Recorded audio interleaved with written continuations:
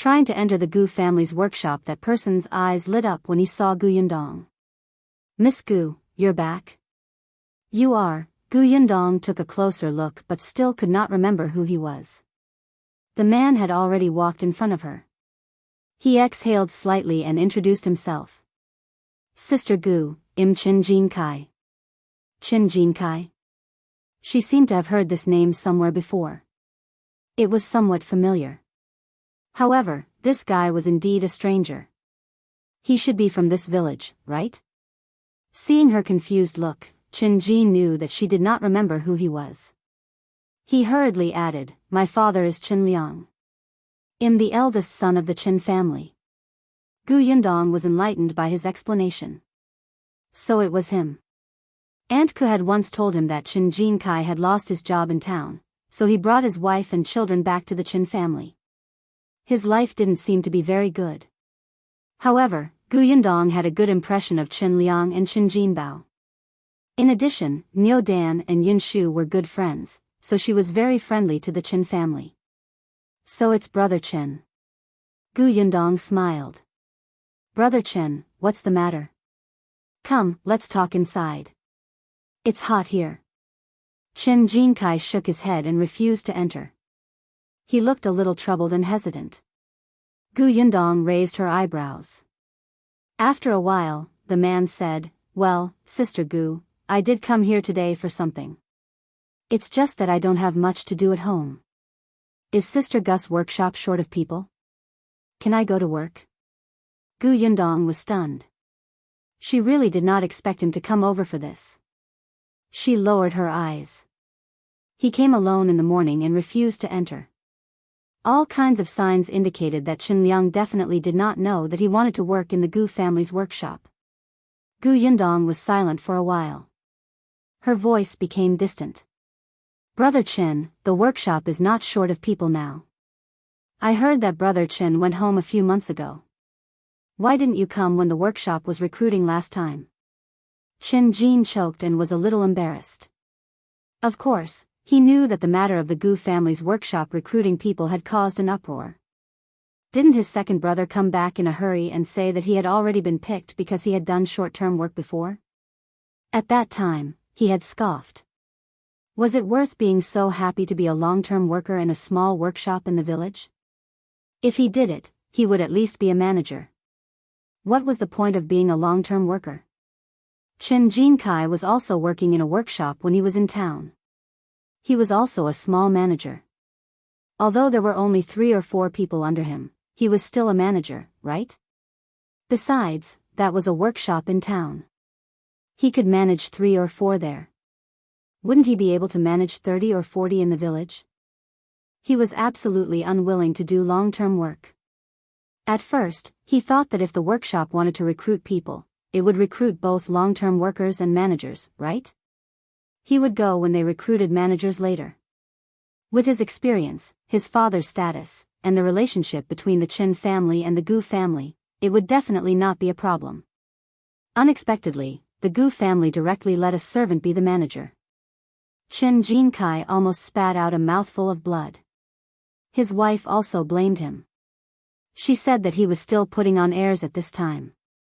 Especially when he saw that his second brother was getting better and better, and he could only follow his father in the field.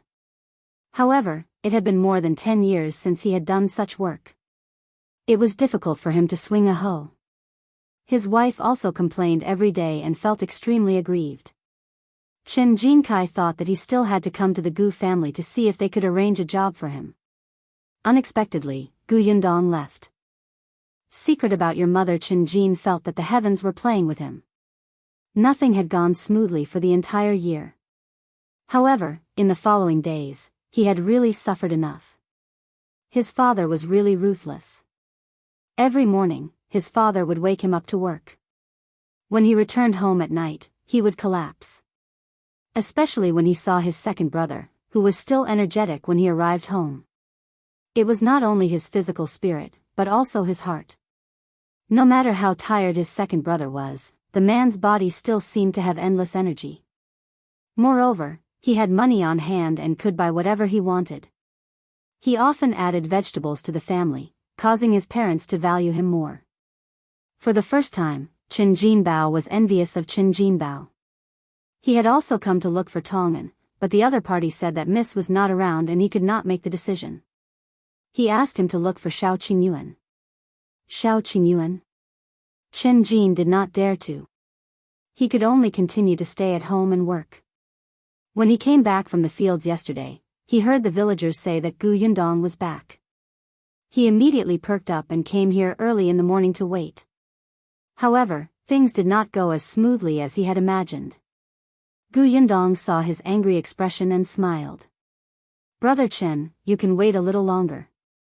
When the workshop recruits new workers, you can come over and give it a try. In business, Gu Yundong would not break her principles just because she had a friendship with the Chen family. She would not randomly stuff people into the workshop. After all, the Chen family was not the only family that she was on good terms with. The Zheng family was also close to her. He could not just let everyone come in. If there's nothing else, Brother Chen, I'll go back first. Gu Yundong nodded at him and turned to leave. Chen Jincai suddenly took a step forward. Wait. Gu Yundong paused. Is there anything else, Brother Chen? Chen Jin let out 2 breaths and tugged with his hands. A trace of fierceness flashed in his eyes. What if I tell you a secret about your family in exchange? Can't you make an exception? Gu Yundong was really surprised this time. Her family's secret? What secret? Chen Jin felt a little more confident. I can only tell you if you agree. Gu Yundong shook her head. I can only consider agreeing if you tell me first. After all, I don't know if you're lying to me. Chen Jincai frowned. I have no reason to lie to you. Then I have to consider how important this secret is. Is it worth it for me to make an exception? Gu Yundong spread his hands. If you randomly find a secret that isn't even considered a secret, wouldn't I be at a disadvantage? Chen Jin felt that this girl was too difficult to deal with. She was not easy to talk to at all. However, he was unwilling to give in and insisted that she agree to his request first. Gu Yundong was quite annoyed that others would use such a thing to threaten her. It seems like you don't plan to say anything. In that case, suit yourself. Seeing that she was about to leave again, Chen Jincai was a little anxious. What if this secret is about your mother? Gu Yundong was stunned. About her mother? Gu Yundong was a little concerned. But what could Chen Jincai know about her mother? Could it be that something had happened to her mother while she was away? How is it? Do you want to hear it? Gu Yundong narrowed her eyes. All right, I promise you. If what you say is true, I'll let you enter the workshop. Chen Jincai could not help but reveal a trace of joy on his face. He was slightly excited. However, he quickly suppressed his excitement. He looked at Gu Yundong and added, You must swear to God. Someone likes Madame Yang swear my ass.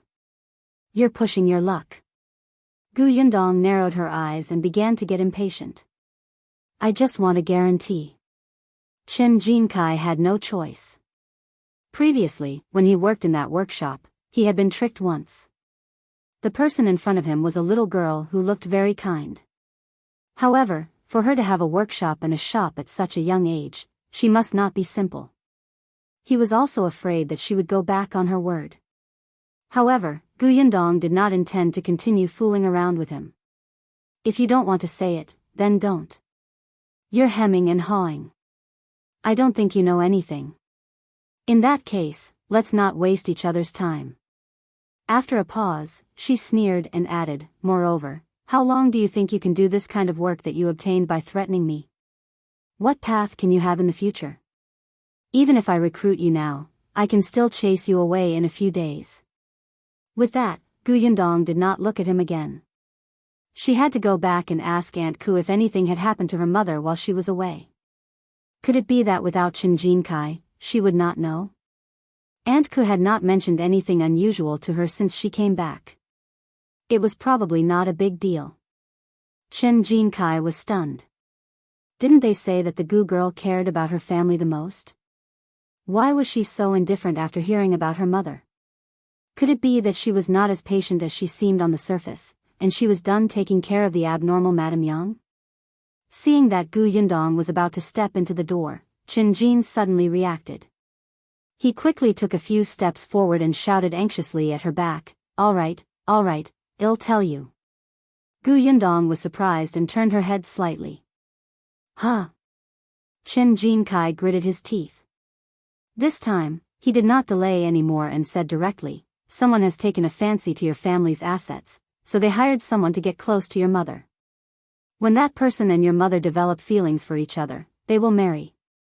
At that time, they will naturally get the Gu family's workshop, shop, and fruit forest. You should watch your mother. Although all of this belonged to Gu Yundong now, as long as someone married Madame Yang, he would be Gu Yundong's stepfather. Gu Yundong was going to get married sooner or later. When the time came, wouldn't the Gu family's assets still be at home? Gu Yundong was not the only one who was stunned. Even Father Tong's eyebrows twitched. Who is it? Gu Yundong's voice sank and her face was filled with anger. Great, someone actually had designs on her mother. Had they forgotten what she had said and done in the past? Chen Jincai turned his head. He looked like he knew, but he was unwilling to say it. Gu Yundong narrowed her eyes and changed the question. Then, who was the man who approached my mother? This time, Chen Jin did not remain silent, but I didn't hear it clearly. I only know that the other party has already met your mother. My house is far away and am not familiar with this place. I don't know who specially spoke to your mother and can't help you. Anyway, when your mother goes out in the future, get someone to accompany her. Anyway, you have a few servants. His last words were still a little sour. After saying that, it was unknown if he was angry with her or himself. He snorted heavily and turned to leave. Gu Yundong had already suppressed her anger. Seeing his expression, she asked, why did you suddenly tell me? This time, I didn't promise you that you could enter the workshop. Someone comes frequently, Chen Jincai sneered. I admit that I'm a person with low standards and no ability. I'm prideful and self-righteous, and I like to play some tricks. But I'm not heartless. I've used such despicable methods. It's fine if someone's greedy for other people's family assets, but bullying is silly, bullying a woman who's like a child. What he didn't say was that after the other party snatched the Gu family's assets, he would chase all the children out and divorce Madame Yang. If this wasn't crazy, what was? Of course, Gu Yundong could also guess this. However, what surprised her at this moment was that Chen Jincai had such an awareness. Moreover, his understanding of himself was very clear. However, since he knew his shortcomings so well, why didn't he change them? You don't have to look at me like that. I'm a father after all. At least in front of my son, I still have a clear conscience. Chen Jincai turned around and left after saying that. His footsteps were hurried, as if he regretted saying so much. Gu Yundong looked at his back from afar but did not speak for a long time. Father Tong, who had also heard the entire process, asked softly, Miss, what should we do about this? Nothing. Gu Yundong sneered. My father is here. He will protect my mother. I will see who is so shameless as to approach my mother. When the time comes, they won't even know how they died. Father Tong nodded heavily. That's right. With old master around, what's there to be afraid of? Miss, don't worry. I'll guard the courtyard door well and see who passes. Halfway through his sentence, he suddenly paused and said awkwardly, Miss, I suddenly remembered that someone seems to come often. Who is it? Gu Yundong suddenly became energetic. He already had a suspect. Father Tong had a strange expression on his face. It's young Master Lu. Gu Yundong was speechless. What was he thinking? Don't worry, young Master Lu doesn't care about our family's assets. Gu Yundong rolled her eyes. Besides, he comes to freeload most of the time, right? Father Tong thought about it and felt that it made sense. Every time young Master Lu came here, he would take some canned food and fruits with him before leaving. Although he had given them money, he was definitely getting in through the back door. Gu Yundong glanced at the courtyard. Her parents did not seem to be up yet, so she simply turned around and went to the Xiao family. Xiao Qingyuan was indeed not around. Ah Mao and the other three followed him. There was only an old woman who had just been bought cleaning the courtyard. When she saw Gu Yundong coming over, she hurriedly brought her a chair and was about to pour tea. Gu Yundong stopped her. There's no need to trouble yourself. I'll just take a look. After a few months, the Xiao house did not change much. It was just that there were more things and people. As expected, Mao and the rest were having a good time here. It was quite helpful. After watching for a while and asking the old woman a few more questions, Gu Yundong walked out of the Xiao house. Unexpectedly, when she passed by the Xing family's door, she suddenly heard a familiar voice. Gu Yundong turned around and walked towards the Xing family. She knocked on the door of the courtyard and Dong Xiulan came over after a while. Seeing that it was her, she was immediately delighted. Yundong, you're here? Hey, I was just thinking of going over to see you. How was it? Did your trip go smoothly? Honey, don't stand at the door and talk. Invite Yundong in. Uncle Xing's energetic voice came from inside the door. Who does he like? Dong Xiulan immediately reacted and slapped her forehead. Yes, yes, yes. Look at me. Yundong, come in and sit for a while. Gu Yundong followed him in and saw Uncle Xing sitting in the courtyard. And the man sitting opposite Uncle Xing. The voice she felt familiar with just now was from him. Uncle Jiang is here too. Gu Yundong smiled at Jiang Yongkang. Dong Xiulan moved a stool for her to sit on and said, Brother Jiang brought your Uncle Xing back. Your Uncle Xing just can't stay at home. His leg just recovered not long ago, and he couldn't sit still. He insisted on going to the fields early in the morning to take a look. In the end, he slipped and fell. Fortunately, Brother Jiang saw him and sent him back. Gu Yundong shifted her gaze to Zheng He's leg. Uncle Xing's injuries have completely healed, right? Yes, when you left back then, he could already walk. He just cannot stand for too long and must rest once in a while when he walks. However, he couldn't stay idle and even ran into the ground. He must have suffered this time, right? Dong Xiulan glared at Zheng Hu. Zheng Hu rubbed his head and hurriedly turned to talk to Jiang Yongkang. Gu Yundong took a look at the Xing family. The Xing family had changed a lot recently. The chair under them had been replaced. Gu Yundong felt a sense of accomplishment when she saw that the family that had helped her in the past was getting better and better. On the other side, Jiang Yongkang left without saying anything. As soon as he left, Gu Yundong asked curiously, didn't Uncle Jiang recover from his illness long ago? Why is he still in the village and hasn't returned to town? Because of what he had done to Shinsidian previously, Gu Yundong tried her best to keep a distance from Jiang Yongkang. Dong Xiulan replied as she picked the vegetables. He said that he went back, but after staying for 2 days, he was uncomfortable because his grandson started crying in the middle of the night again. Anyway, he likes Yongfu village.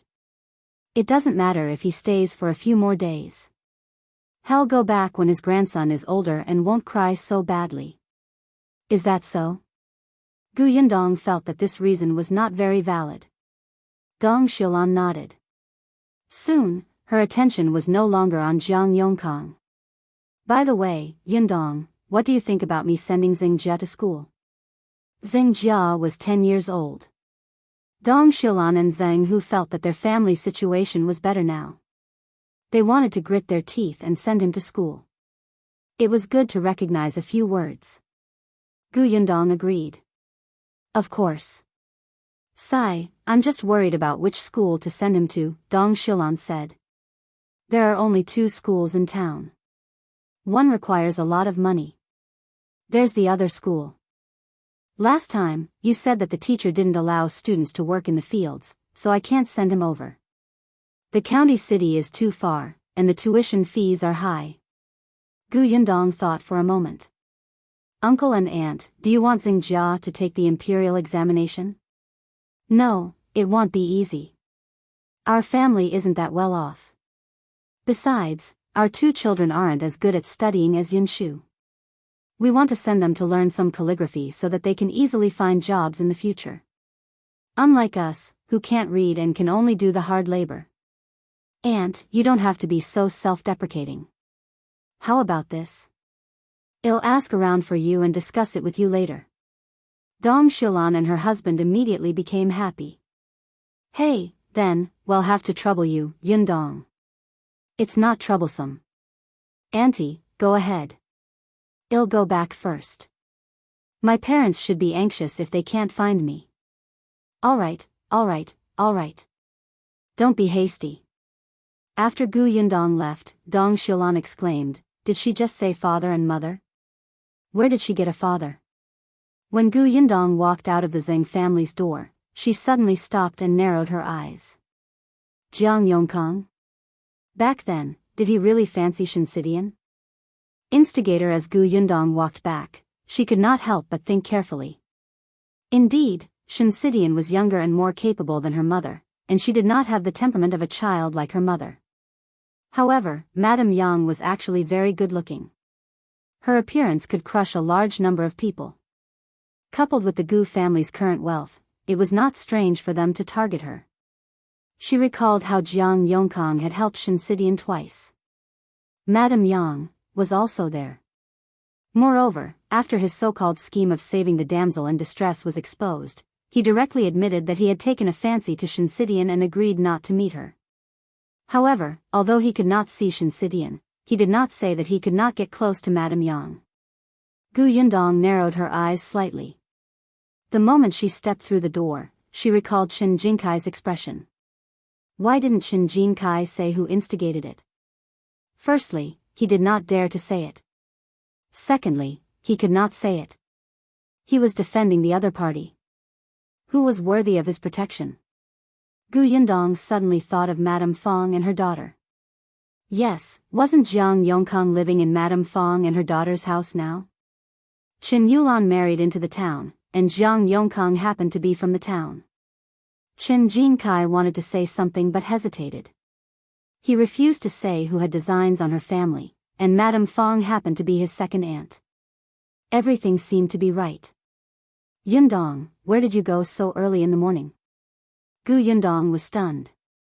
When she came back to her senses, she saw Aunt Ku standing in front of her. She thought for a while and told her what happened just now. In the end, she asked, when I wasn't around, did Jiang Yongkang meet my mother? Aunt Ku looked surprised, but after thinking about it carefully, she felt that it made sense. Her expression instantly became a little ugly. She had promised Yundong to take good care of her mother and younger siblings while she was away. In the end, people with ulterior motives kept approaching her, but she did not discover it in time. No, she had discovered it, but she had gone in the wrong direction. She thought that Jiang Yongkang's target was Shinsidian. A few times, yes. Gu Yundong saw Aunt Ku's expression and knew that she was blaming herself. She hurriedly said, actually, this is just my guess. Perhaps it's not the case. Aunt, don't think too much. It's been hard on you these few days when I wasn't around. Aunt Ku glared at her and snorted before turning to leave. Gu Yundong was helpless. She was still so proud. She shook her head and walked towards her parents' room. It was already so late. The two of them should be up, right? They had indeed got up. The door was half open. Gu Yundong tilted her head slightly and looked inside. She saw her mother sitting in front of the dressing table with a smile on her face. Her father stood behind her mother and combed her mother's hair, his eyes doting and gentle. Her mother held an eyebrow pencil in her hand and said happily, Yundong bought this for me, but I don't know how to draw. It's always very ugly. Aunt Ku helped me draw it and said that I look good. Gu Dajiang took the eyebrow pencil. I'll draw it for you in the future. He had never used an eyebrow pencil before. In the past, the Gu family wouldn't have afforded such a thing. However, he was a scholar after all. It shouldn't be difficult for him to draw a few more times. And this rouge, it smells good too. Gu Dajiang leaned over. Yes, this color is good. It suits you. Apply it for me later. Okay. Gu Yundong was speechless. Damn it, she was fed dog food so early in the morning. Father, let me tell you. You're making me think of my brother Xiao. Don't regret it. However, Gu Yundong was happy to see Gu Dajiang and Madame Yang like this. An idea suddenly popped up in her mind. Perhaps it could confirm her guess. Should go around in the village, why are you standing at the door? Gu Dajiang's awkward voice came from inside. It was only then that he saw his daughter standing at the door and felt a little embarrassed. But his hand was still holding the eyebrow pencil and his other hand was on Madame Yang's shoulder. He only used his eyes to signal Gu Yundong to leave quickly. Father, mother, come out for breakfast first. Seriously, it was fine if they woke up late, but they were still dilly-dallying. She looked down on them. She turned around and left. She quickly returned to her room and saw Gu Yunka sitting on the bed in a daze. Her hair was standing up on her head. Her eyes were filled with confusion, as if she had not realized where she was. When she saw Gu Yundong enter, her eyes widened and she got up from the bed. Eldest sister, you're really back. Gu Yundong went over to hug the little girl. Why? Do you still think you're dreaming? She brought her clothes and helped her put them on. The little girl shook her head and did it herself. She quickly tidied herself up. Yunshu and Yuanzhi also got up. After everyone sat down at the dining table, Gu Dajiang arrived late with Madame Yang. It was just that on Madame Yang's face. Sure enough, her father's skills needed to be improved. Gu Yundong was probably the only one who could not stop sighing. The other 3 children were eating happily and did not notice the small actions between their parents. Gu Yunshu was the happiest when the family was reunited. After breakfast, he said to Gu Yundong, eldest sister, can I take leave today and not go to school? You and father just came back. I have a lot to say. Before Gu Yundong could answer, Gu Dajiang frowned and said in disagreement, how can you not go to school? Studying is important. How many people have studied hard for many years without daring to slack off? It's understandable that you're happy that your eldest sister and I are back, but you can't forget your studies.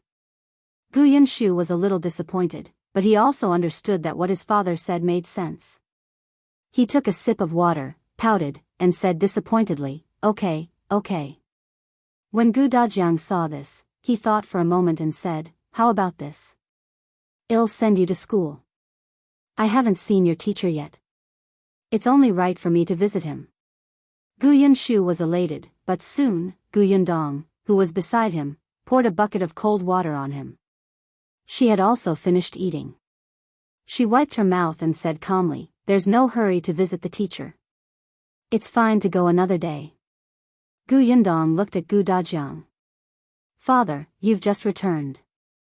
It's better to go to the village chief's house first and let everyone in the village know that you're back so that there won't be any misunderstandings. Misunderstandings? What misunderstandings? But Gu Dajiang felt that what she said made sense. He had heard Gu Yundong talk about the situation in Yongfu village. He knew that the village chief here was completely different from the one in Gu village. He seemed to have taken good care of Gu Dajiang's family. Indeed, as the father of the children and as the patriarch in the family, he should pay a visit to the village chief's house. Hence, Gu Dajiang nodded. You're right. Let's go over after dinner.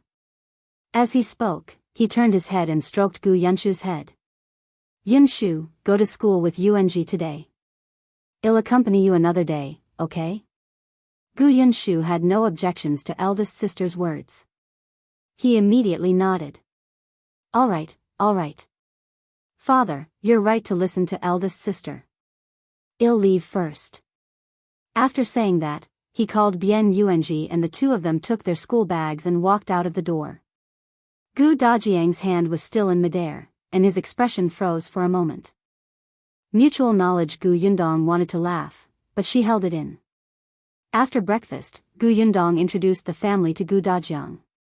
Yesterday, they were so excited that almost the entire family was talking. They had never officially introduced Aunt Ku and the others. Now that they had calmed down, everyone gathered together. Gu Dajiang was grateful to Aunt Ku. He thanked her solemnly. I heard from Yundong that when they just came to the Xiulan prefecture and were homeless, they only had a place to stay because of your care. I'm deeply grateful for your kindness to my wife and children. Thank you. Aunt Ku could still teach Gu Yundong, a junior, a few words, but to the knowledgeable and loyal Gu Dajiang, she was a little humble. Don't say that. I'm lonely living alone. It's more lively with them accompanying me. Gu Dajiang met Shen Sidian again. Gu Yundong did not hide Shen Sishan's background from him. Gu Dajiang knew that it wasn't easy for her, so he told her to stay in peace. Their family was easy to get along with. Then, it was the Tong family's turn. After seeing all the 6 people, Gu Dajiang's mouth couldn't help but twitch. So there were actually so many servants in his house? 2 days ago, Yundong had told him that there were not many servants in the family, and she needed to buy more. He looked at Gu Yundong with a complicated gaze. Gu Yundong blinked. Father, is there a problem? No. In the end, it was Shuirong. Shuirong would follow Gu Dajiang in the future and help run errands. He had a calm personality and had stayed in a place like the Xiulan family for a few years. He was the most suitable person. After the family officially met, Gu Dajiang planned to take a walk at the village chief's house. Just as he was about to leave with the gift box they had bought from the county yesterday, he was stopped by Gu Yundong. He looked surprised. What's wrong? Didn't you say you wanted to go to the village chief's house first? Yes, but you're going to dress like this? Gu Dajiang looked down at his clothes. Aren't they pretty good? They're clean and neat. They were neither too rich nor too sloppy. It looked like he was going to the village chief's house to chat as a guest. There was no sense of distance. Gu Yundong shook her head. No, no. She sized Gu Dajiang up for a while before turning around and running towards the main house. Wait for me. As she spoke, she opened the wardrobe and found a new set of long gowns. She had bought this set of clothes at Wanqing Prefecture. Before he came back, Gu Yundong had bought many things for Gu Dajiang. She unfolded her clothes and looked at them. She nodded, indicating that she was very satisfied. Dad, wear this. Gu Dajiang looked at her with an expression that said, What's wrong with my daughter? Why does she care so much about my appearance? Could it be that there was really something wrong with his clothes? He could not help but look down again. In the end, under Gu Yundong's insistence, he changed. The new clothes could not be considered extravagant, but the workmanship was excellent. Most importantly, the new clothes made him look especially elegant. Even Madame Yang's eyes lit up. Gu Yundong smiled. All right, let's go. Gu Dajiang only felt that she was very strange.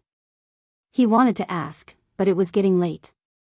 If he delayed any longer, he would arrive at the Chen family's house in time for lunch. Therefore, he could only carry his things and bring his family out.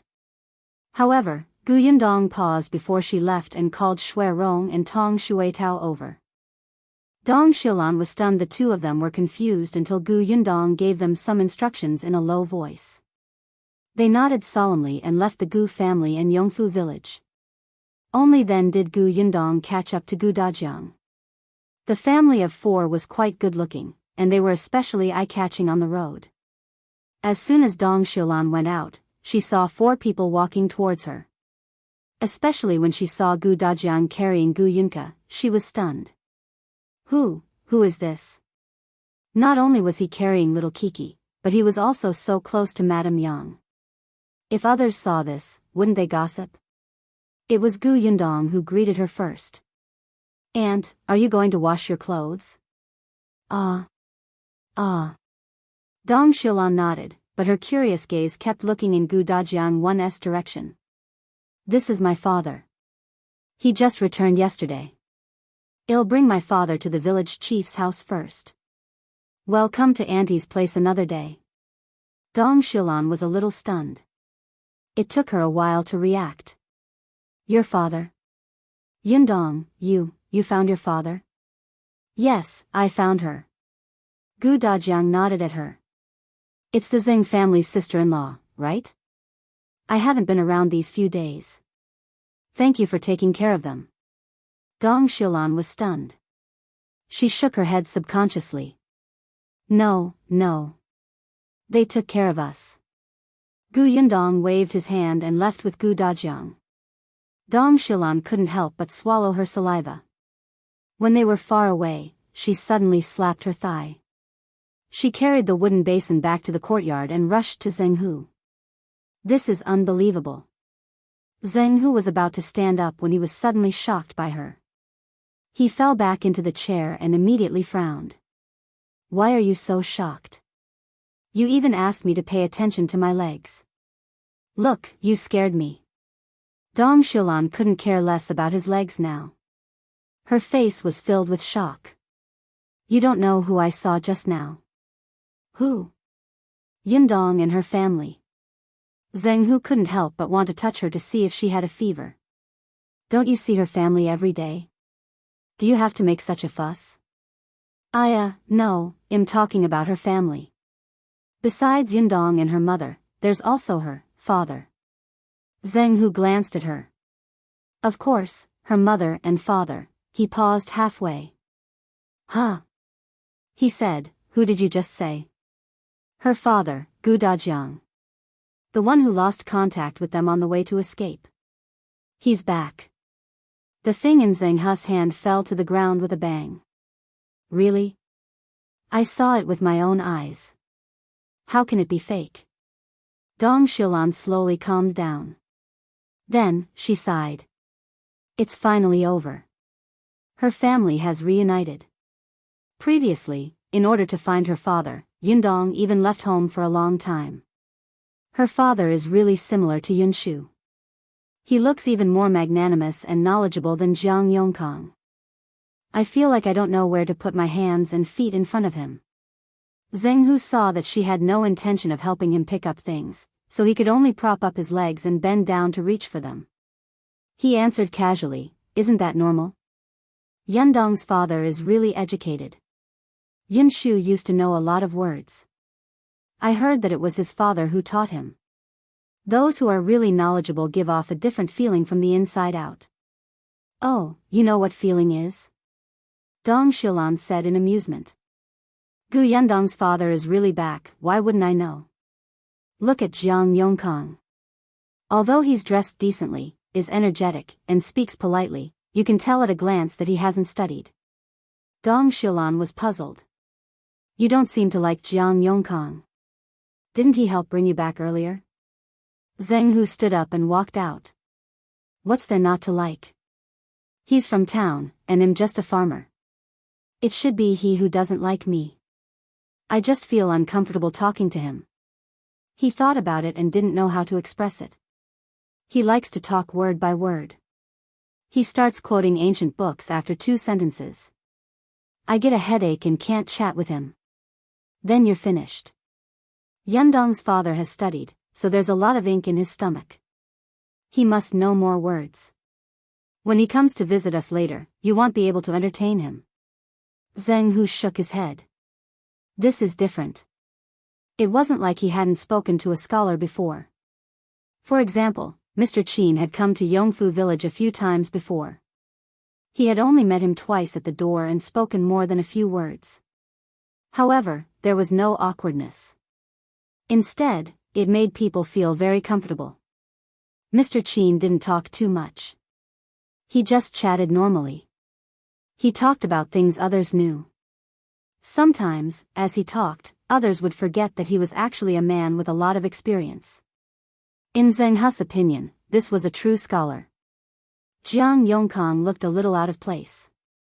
But no matter what, he had never seen Dajiang before and did not know his personality. However, he was still very happy that the Gu family was reunited. It was not just his family. Many people in the village had seen them along the way and naturally knew that Gu Yundong's father had returned. For a moment, everyone began to discuss. Many people would stop them and ask questions. By the time Gu Yundong and the others reached the village chief's house, half an hour had passed. The first person to see them was Jincai. He almost jumped up when he saw Gu Yundong. No, he had just gone to her not long ago, and now she was here. Was she going to settle scores with him? Gu Yundong smiled, and Gu Dajiang, who was beside her, spoke first. Excuse me, is the village chief at home? Only then did Jincai stop his gaze on him. After a slight pause, he nodded. He is. Come in. As he spoke, he turned around and called for his father. Xiulan knew that Gu Yundong had returned, but he did not know that Gu Dajiang had also been found. When she saw them, she was really shocked and her eyes widened in surprise. In fact, his initial thoughts were similar to Aunt Kess. He also felt that Gu Dajiang was either gone or he was most likely remarried and had children outside. It was unlikely that he would return. Unexpectedly, he really appeared. Moreover, from the looks of it, he cherished Madame Yang, his wife. Xiulan thought that it was no wonder that he could raise 3 children like Yundong and her siblings. As expected, a father had a huge impact on his children. As Xiulan spoke to Gu Dajiang, he thought about many things. When he knew that Gu Dajiang had come to his house as soon as he returned, he couldn't suppress the joy on his face. This meant that the man valued him. Scholars were indeed different. They knew etiquette. In his happiness, Xiulan could not help but pull him along and say a few more words. It was only when Gu Yundong saw that it was almost lunchtime that she interrupted them and expressed that they had to go back. However, before she left, she took another look at Jincai. Arrangements for Jincai's heart trembled a little under that gaze. She was here. She was indeed here. As expected, she would complain to his father that he had gone to her in private for the job. If he had known earlier, he wouldn't have been so kind. He even told her that someone had designs on her mother. Gu Yundong did not know that he was mentally prepared to retort at any time. She said to Xiulan, Uncle Chen, I have something to discuss with you. Yes? Tell me. Jincai widened his eyes and hurriedly said, I don't think there's any good business, here it goes. I'm still lacking someone. I want to find someone experienced to work at my place. Brother Chen is a good person. I wonder if you're willing to let him come. Gu Yundong ignored Jincai and told him her plan. Jincai was stunned, and so was Xiulan. He glanced at his eldest son and frowned. What did she mean by Brother Chen is a good person? The Gu family's girl had just returned yesterday evening and came over so early today. She had never even met Jincai before. How could she have the impression that he was a good person? This was clearly an excuse for his sake. She must have heard about his family's matters and was taking care of him. However, Xiulan felt that he could not push his luck. Although he was the village chief, he could not have such privileges. Moreover, his Jinbao was already working in the Gu family's workshop and had even increased his salary last month. His eldest son would work there too. That was too unreasonable. Hence, Xiulan shook his head. Gu girl, I know you're taking care of our family, but there has to be a limit to everything. Your workshop doesn't lack people now. If you recruit one more person, your family will pay an additional salary. What if others find out and force you to accept them into the workshop? It doesn't matter if you recruit one, but what about 5 or 10? That's not how things work. Jincai's originally happy expression suddenly froze and he turned his head away angrily. Gu Yundong could not help but laugh. Uncle Chen, you're thinking too much. I'm not asking Brother Chen to work at my house for your sake. I do need to recruit people, and they're not going to the workshop. They're going to the county city. What? To the county city? That's right. I plan to open a shop in the prefectural city in a few days. Shopkeeper Zheng in this county city is going to be transferred away. He has experience as a shopkeeper and has worked in the prefectural city in the past. Therefore, isn't the shop in this county city lacking people? I have to recruit a new one. I thought of Brother Chen. I heard that Brother Chen used to work in town and has someone under him. He must be capable. I'm afraid the position is too insignificant for him. It's not insignificant at all, it's not insignificant at all. Chen Jincai quickly replied. He was full of smiles and almost cheered. He was really surprised. He did not expect that not only did the Gu family's younger sister not snitch on him in front of his parents, but she also gave him a job. As expected, she was indeed someone who did great things. Chen Liang was also stunned. Go to the prefectural city to open a shop. He had thought about this before and felt that it would happen sooner or later. However, he did not expect it to happen so quickly. Even Madame Zhou and the others, who had heard the commotion not far away, were very surprised. But soon, this surprise was replaced by surprise. Chen Jincai could not help but cough lightly.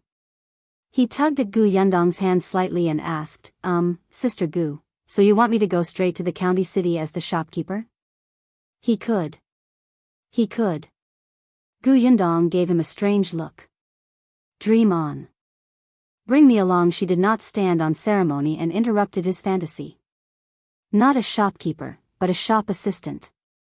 The smile on Chen Jincai's face froze as expected. He looked at her with a shocked expression. Then, who will be the shopkeeper? Yuanzhi, Gu Yundong said matter-of-factly. He's been working for Gus for a long time and is already very experienced. Moreover, he's familiar with the process and knows the guests. It's only natural for him to be promoted to shopkeeper. Chen Jincai felt as if he had been hit by a stick. Yuanzhi? That hooligan? He had never thought that he would one day be a worker under a hooligan that he had once looked down on. Wasn't this cutting his heart? He retracted his thoughts. This girl from the Gu family was simply too cruel. Gu Yundong saw the change in his expression and asked with a smile, Brother Chen, are you unwilling? But if our shop needs a shopkeeper, they have to start as a shop assistant. Even shopkeeper Zheng used to be a shop assistant in the prefecture city for a few years. As she spoke, she sighed slightly. Since you're unwilling, forget it. Thinking about it, it makes sense. After all, Brother Chen used to be a manager. It's indeed a waste of your talent to be a shop assistant. It seems that I can only find another person. Chen Jincai's eyes widened and he instantly blurted out, who said I'm unwilling? I'm very willing. Not only Gu Yundong, but even Chen Liang looked at him in surprise. Chen Liang had come to understand his son during this period of time. He was indeed a little ambitious. He always missed the days when he worked in town. It was as if he was still a small manager. Chen Liang almost raised his hoe to hit his head a few times. When he heard that his son was going to be a shop assistant, Chen Liang also felt that it was impossible. Who knew that his son would actually agree? Perhaps sensing his strange gaze, Chen Jincai immediately said, so what if he's a shop assistant? He's a shop assistant in the county. Wouldn't he be more knowledgeable than a small manager in town? Besides, if I work hard, I can become a shopkeeper. Chen Liang felt that these words were more like his son's. He looked at Gu Yundong, who smiled and said, so you've agreed? Agreed, Chen Jincai said. Chen Liang thought about it and nodded. All right, but you still have to wait for a few days. I'll come and look for Brother Chen then. Gu Yundong had already stood up. Uncle Chen, well, leave first. Chen Liang sent them to the door, paused, and walked back. However, there was a smile on his face in the end, especially when he saw that his wife, Madame Zhou, also looked like she had been relieved of a burden. She felt at ease. Chen Jincai's wife, Madame Wei, was also overjoyed. She turned around and followed Chen Jincai into the house. She leaned close to his ear and whispered, when you go to the county city, bring me along. I'll take care of your laundry and food. Chen Jincai's smile faded slightly. He frowned and said, why would I bring you along? I'm just a small shop assistant. When Yuanzhi was a shop assistant, did he bring anyone along? Isn't that because Yuanzhi hasn't married yet? That won't do either. It wasn't easy for me to find a job. Don't make trouble for me. If I lose the job, you will have to support me. Stay at home for a few more years. When I become a shopkeeper and my salary is high, I'll bring you there. Madame Wei was furious and stormed out of the room. At this moment, Yundong, who had already left the Chen family, was walking very slowly. She would occasionally look around. Love rivals meet Dajiang found it strange. Didn't you say that it's getting late? The weather is so hot. Let's go back quickly. Yundong was a little disappointed that she did not see the person she wanted to see. Seeing that Miss Yunka was feeling so hot that she was fanning herself with her small hands, her heart ached. She quickened her pace. Let's go. I'll make you something delicious when we get back. The little girl instantly felt no heat and nodded with bright eyes. What is it? It's cold. When her family built the house, they had dug an ice house. Some ice was stored in the winter.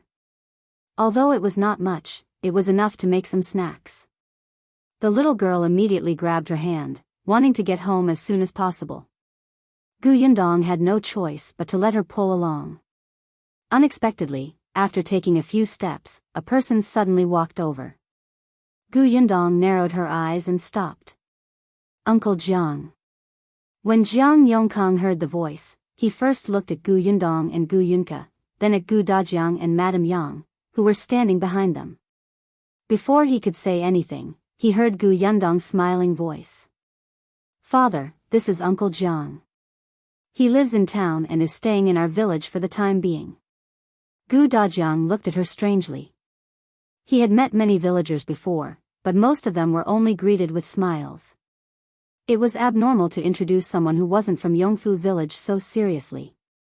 However, he was able to stay calm. He nodded at Jiang Yongkang. Brother Jiang, come to my house when you're free. Jiang Yongkang felt that his throat was blocked, and he couldn't say a word. Along the way, almost everyone in the village was talking about Yundong's father. They were talking about how tall and handsome he was, how refined and elegant he was, and how the family was happy and warm. These words rang in Jiang Yongkang's ears, especially ear-piercing. He sneered in his heart. These people really knew how to exaggerate. Happy? Handsome? If this man was really so good, would he have taken a fancy to Madame Yang? Would he have so much patience for a fool? In order to enter the Gu family's workshop, these villagers did not even care about their integrity. Their flattery was simply unbearable. Jiang Yongkang was very dissatisfied and unconvinced. He even went to the Zheng family to ask around. Unexpectedly, Zheng Hu said that this family had come to the village chief's house, so Jiang Yongkang rushed back. As expected, he bumped into the Gu family. However, he realized that the villagers were not exaggerating at all. This Dajiang was younger than him, more knowledgeable, and taller than him. Moreover, he seemed to be really good to Madame Yang, and the way she looked at him was filled with dependence. Jiang Yongkang was furious at that moment, but there were 4 people standing opposite him. He could only suppress his anger and force a smile. You must be Brother Gu. I didn't believe it when I heard that you were back. I didn't expect it to be true. Yes, our family is finally reunited, Dajiang said as he looked at Madame Yang gently. Madame Yang also turned around to look at him, her eyes seemingly shining. Jiang Yongkang clenched his fists and almost cursed. Yundong had been secretly observing his expression. Seeing him like this, what could she not be sure of? Jiang Yongkang had indeed taken a fancy to her mother and wanted to seize the Gu family's assets. Humph, what a wishful thinking. After exchanging a few pleasantries, Dajiang left with his wife and children.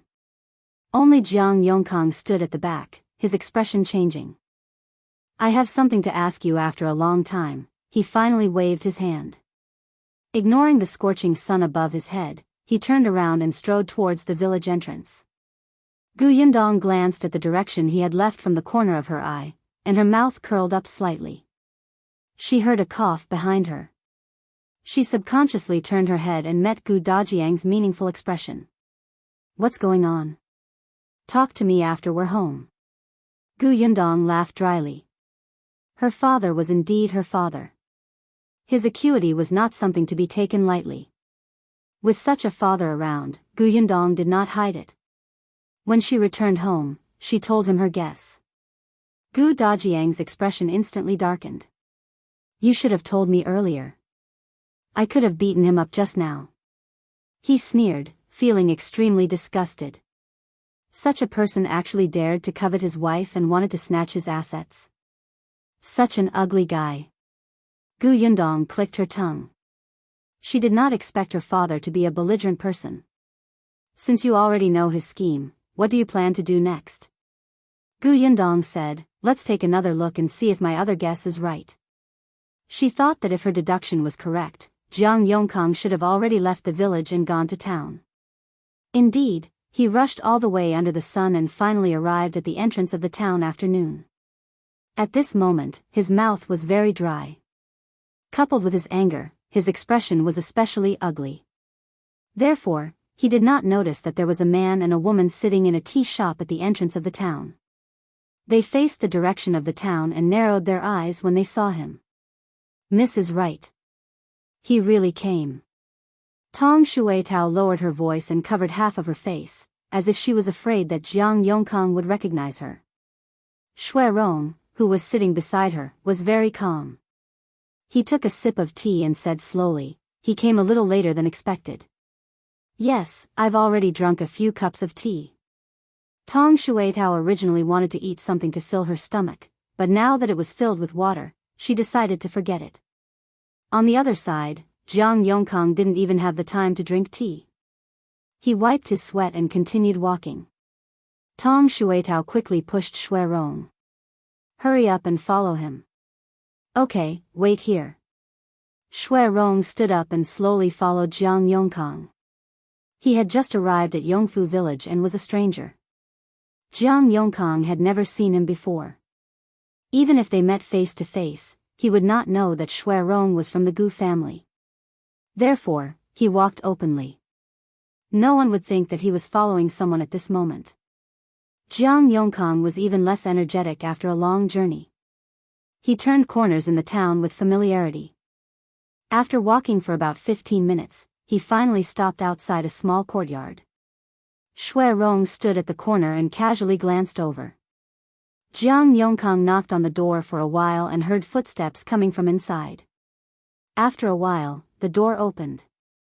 When the person saw that it was him, he was stunned for a moment, but his voice was filled with dissatisfaction. Why are you here? You even came over so openly. Are you afraid that others want gossip?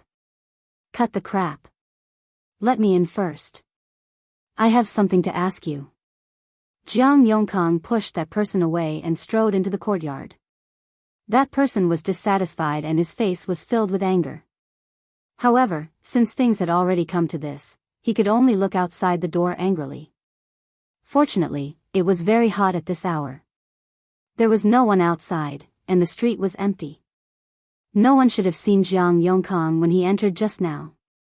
Collusion. After the courtyard door closed, the man turned around and followed Jiang Yongkang in. Jiang Yongkang's expression was ugly. When he entered the house, he realized that there was another person inside. He immediately snorted. You're here too? That's good. It saves me a lot of time. Why are you here? Shouldn't you be in Yongfu village? Xiulan stood up and frowned. She looked a little uneasy. Madame Fang, who came in later, also muttered unhappily, that's right. You came over at noon. Do you still want to come to my house for lunch? She had always been stingy, especially when she had spent a lot of money in town. She was even more unwilling to pour him tea. Jiang Yongkang's already anxious mood was completely ignited by her words. Pfft, do you think everyone is like you? You don't have money and love face, yet you're still so stingy. You married a daughter and came to town with her. You look like you want to be raised by her in-laws. Madame Fang was so angry that she almost couldn't breathe. She pointed at Jiang Yongkang with a trembling finger. What did you say? Alright, what are you arguing about? Xiulan frowned. She was very frustrated. She stood between the two of them and said, "What's going on? Uncle Jiang, did something happen when you came to town at this hour? Is Gu Yundong back?" Jiang Yongkang immediately shifted his gaze, but his anger did not diminish. You still dare to say that? Yes, she's back. Not only is she back, but she also brought her father back. Madame Fang and her daughter were stunned. How is that possible? How is that impossible? I saw Gu Dajiang with my own eyes before I came. Now, everyone in Yongfu village knows that he's back. His family has reunited and is harmonious. It has nothing to do with us.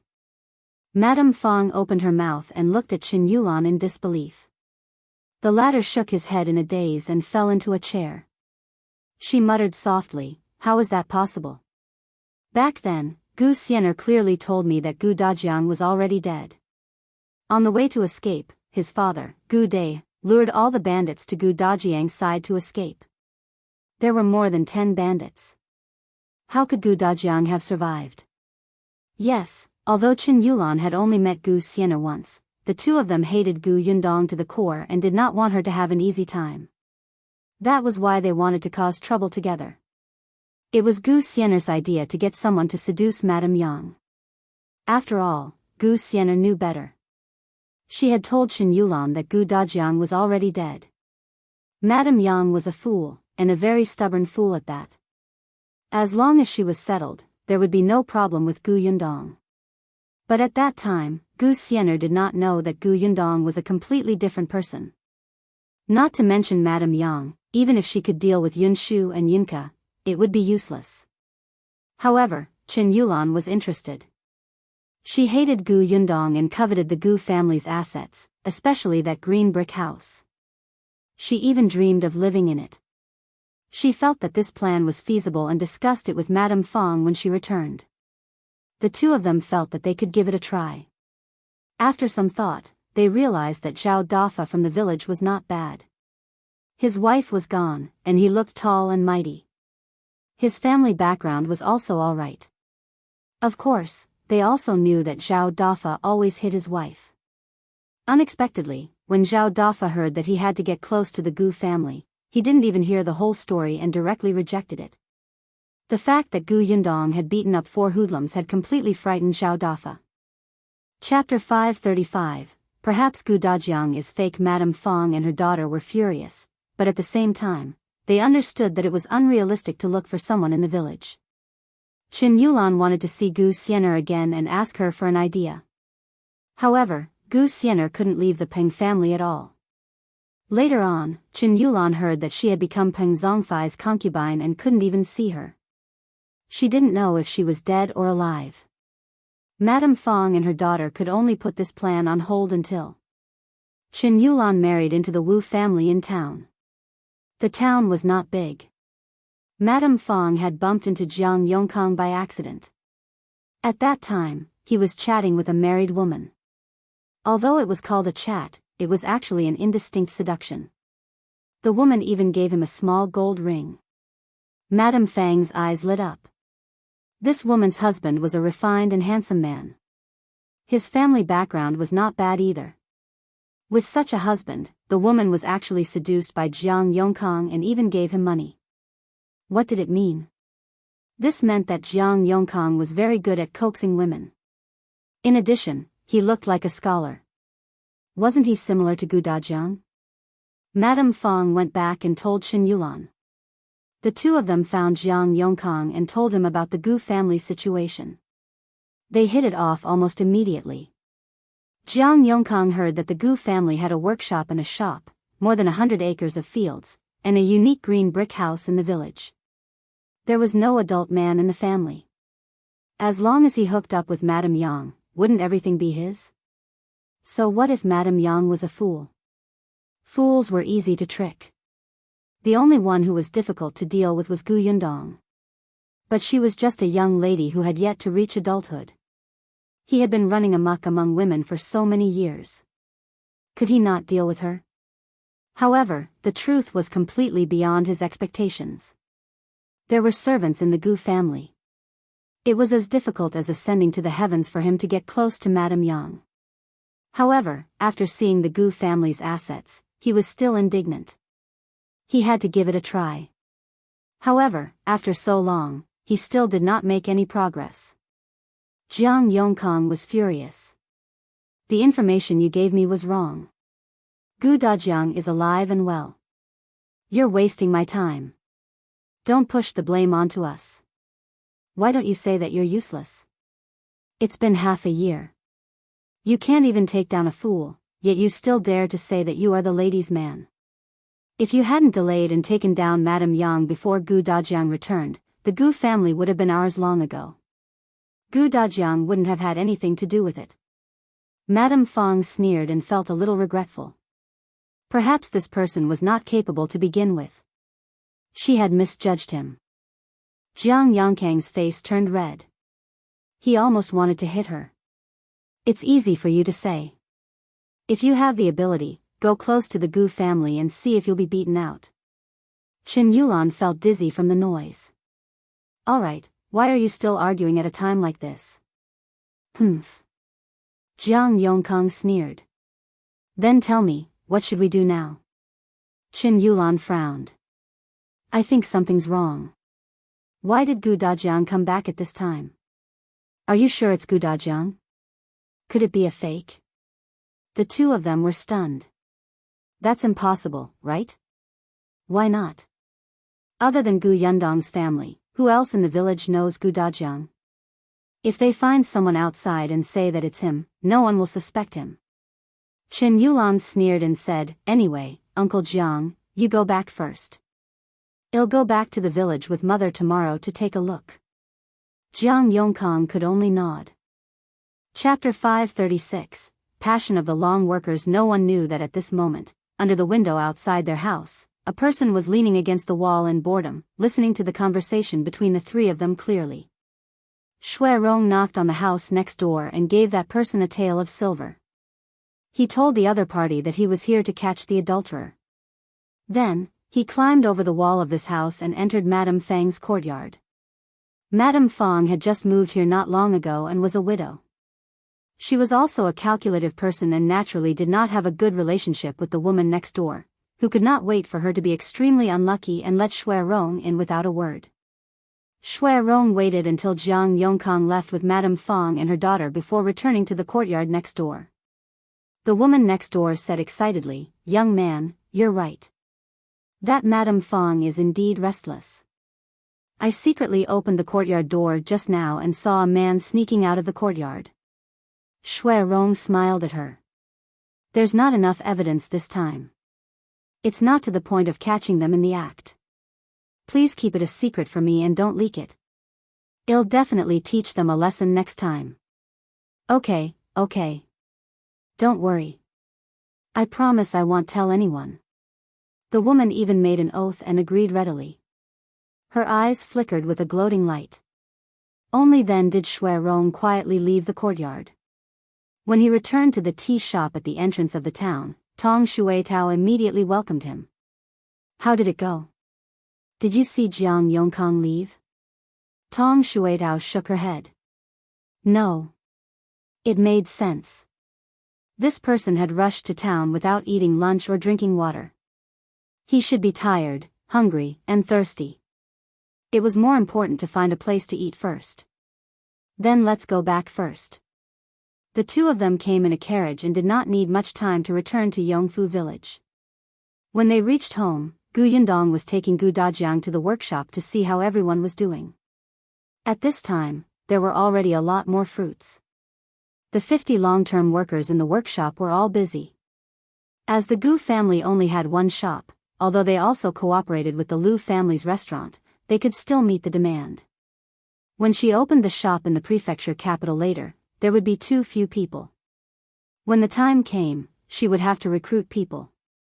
When they saw Gu Yundong, everyone greeted her warmly.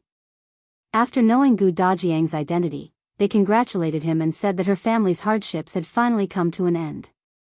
Gu Dajiang sighed when he saw this scene.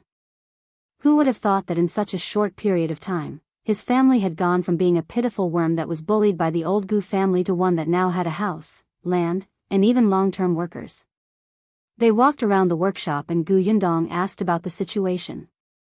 She learned that everything was fine. Not long ago, during the Dragon Boat Festival, the workshop had distributed a lot of meat dumplings for everyone to eat. This was Gu Yundong's idea. On some special days, there would be a festive atmosphere. Even if there were not many things and they were not expensive, everyone would be more motivated in such an atmosphere. Therefore, when she left Yongfu village previously, she instructed Tong'an to get someone to buy some meat dumplings on the day of the Dragon Boat Festival. Everyone was very happy about this.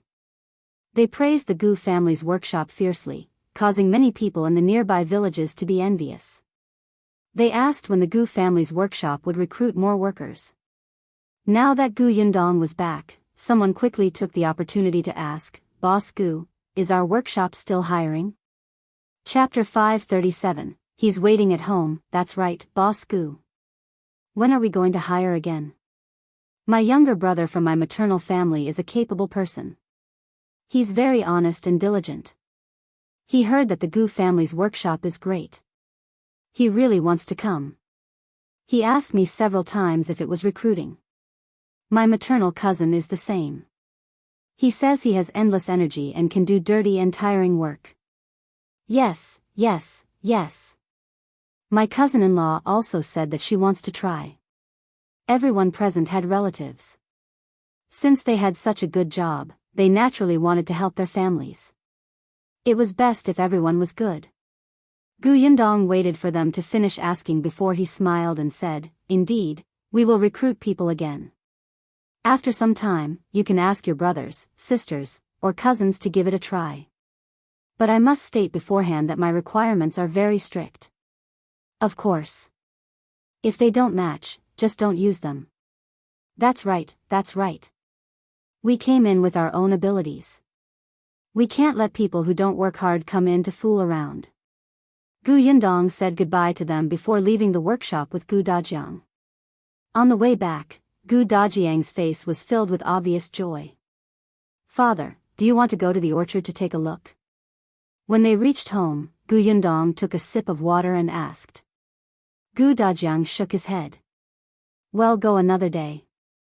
Your mother is tired after half a day." Gu Yundong almost choked on the water.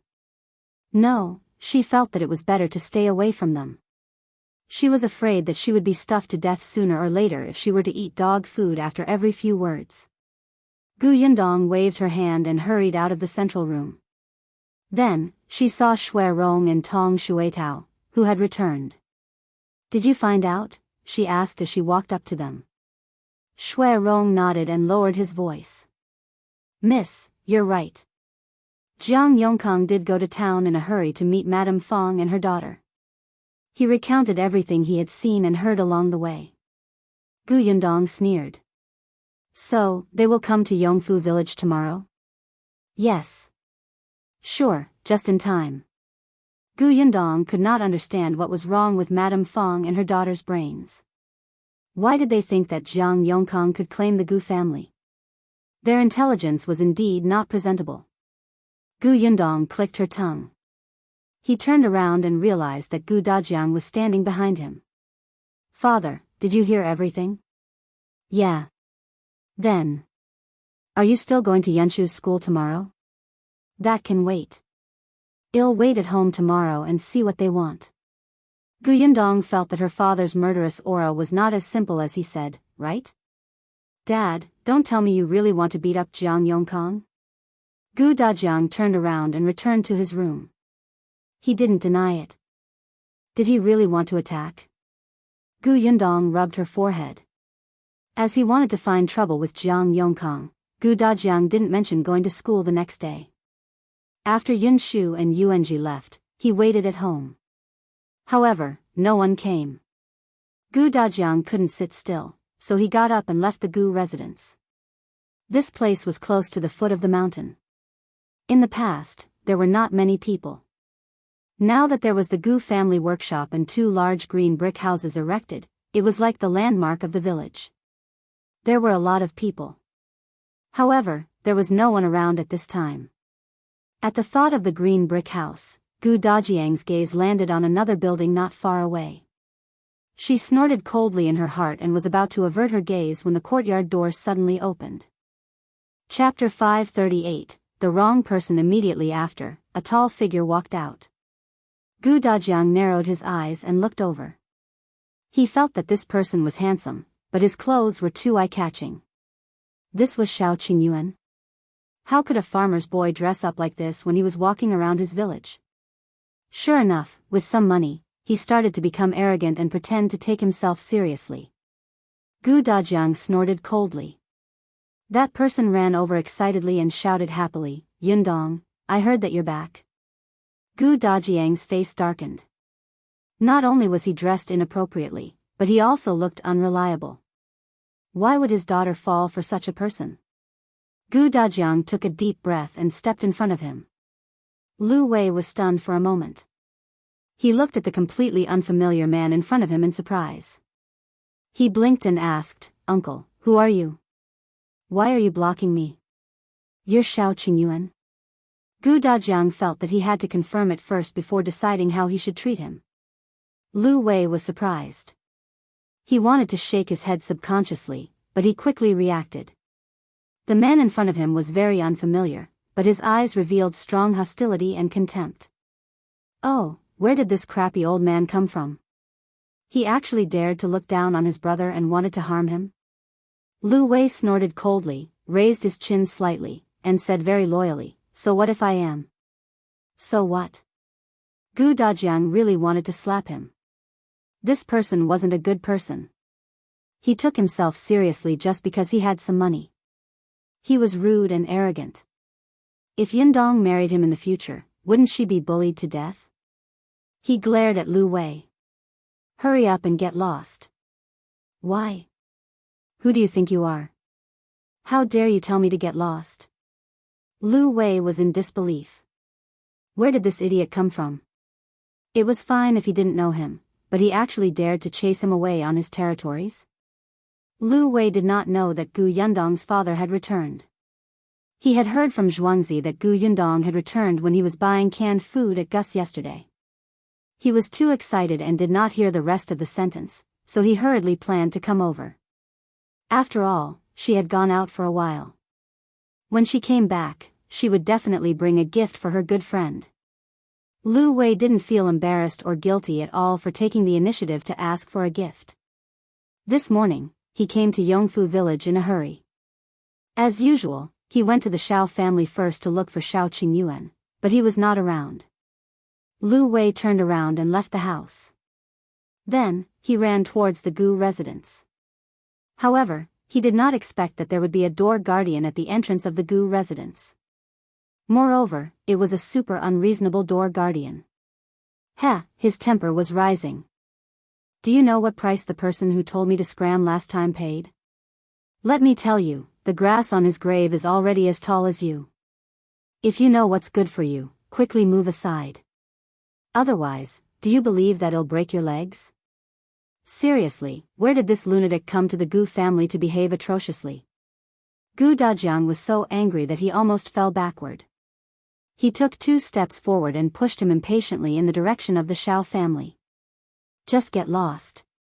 Don't show off in front of me. Even if you have some money, you're calling yourself young master?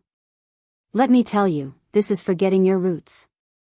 I won't agree to my daughter's marriage with you." Liu Wei was caught off guard and was really pushed back more than 10 steps by him. It was not easy for him to stabilize himself, and smoke almost came out of his head. "Who wants to marry your daughter? Don't flatter yourself." Chapter 539, Breaking his head. Gu Dajiang felt that he had pushed him far enough. He immediately retracted his hand and ignored him. He turned around and returned to the Gu family. Liu Wei felt that he was being looked down upon like never before. He even raised his fist. Where did this lunatic come from? It's simply ridiculous. Let me tell you, a low cry suddenly came from behind. Liu Wei was stunned. He realized that he had swung his fist too hard just now and hit the person behind him. He immediately turned around and saw the woman he had hit covering her face and retreating. She accidentally stepped on a rock and fell backward. Be careful. Liu Wei reflexively reached out and grabbed her waist to prevent her from falling to the ground. When Dajiang heard the commotion behind him, he turned his head and happened to see this scene. He was instantly infuriated.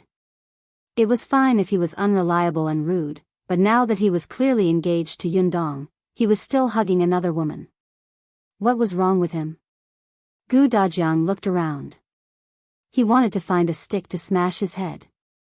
Liu Wei did not know that his life was about to be in danger. He steadied the woman's body and wanted to let go of her.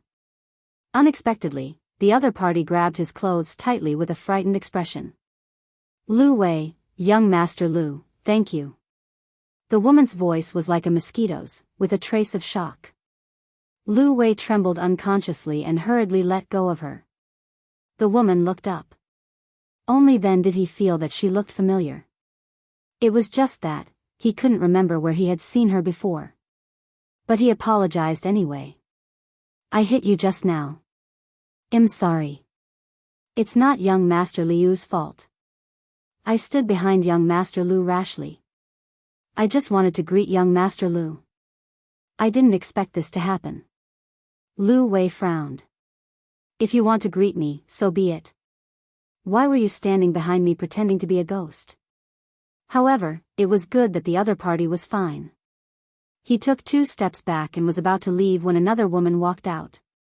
Liu Wei also felt that she looked a little familiar. He just couldn't remember where he had seen them before. Strange, when did his memory become so bad? Madame Fang and her daughter were very happy to see him. Although Xiulan was married, she still couldn't help but be interested in a young master like Liu Wei. She was a little surprised to be hit by him while standing behind him, but it was true that she wanted to get close to him. Unexpectedly, he actually hugged her. Madame Fang, who had arrived a step later, frowned and bumped into her, signaling her with her eyes not to forget her identity. However, Xiulan felt very aggrieved.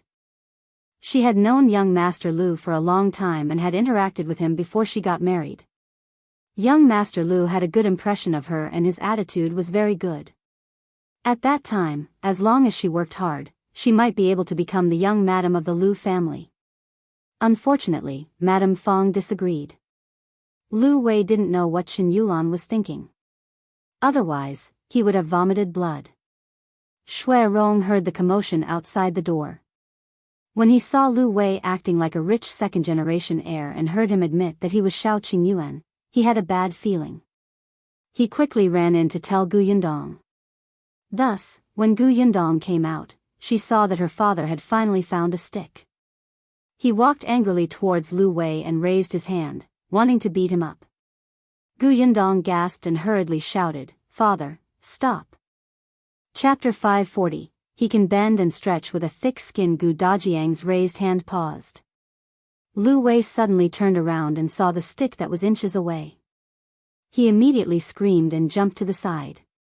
You're indeed a lunatic. You actually still want to hit me. Do you really think I'm weakling? As he spoke, Liu Wei was about to make a move. However, Yundong suddenly rushed over and slapped his hand away. What are you doing? He's my father. She knew that Liu Wei had practiced martial arts.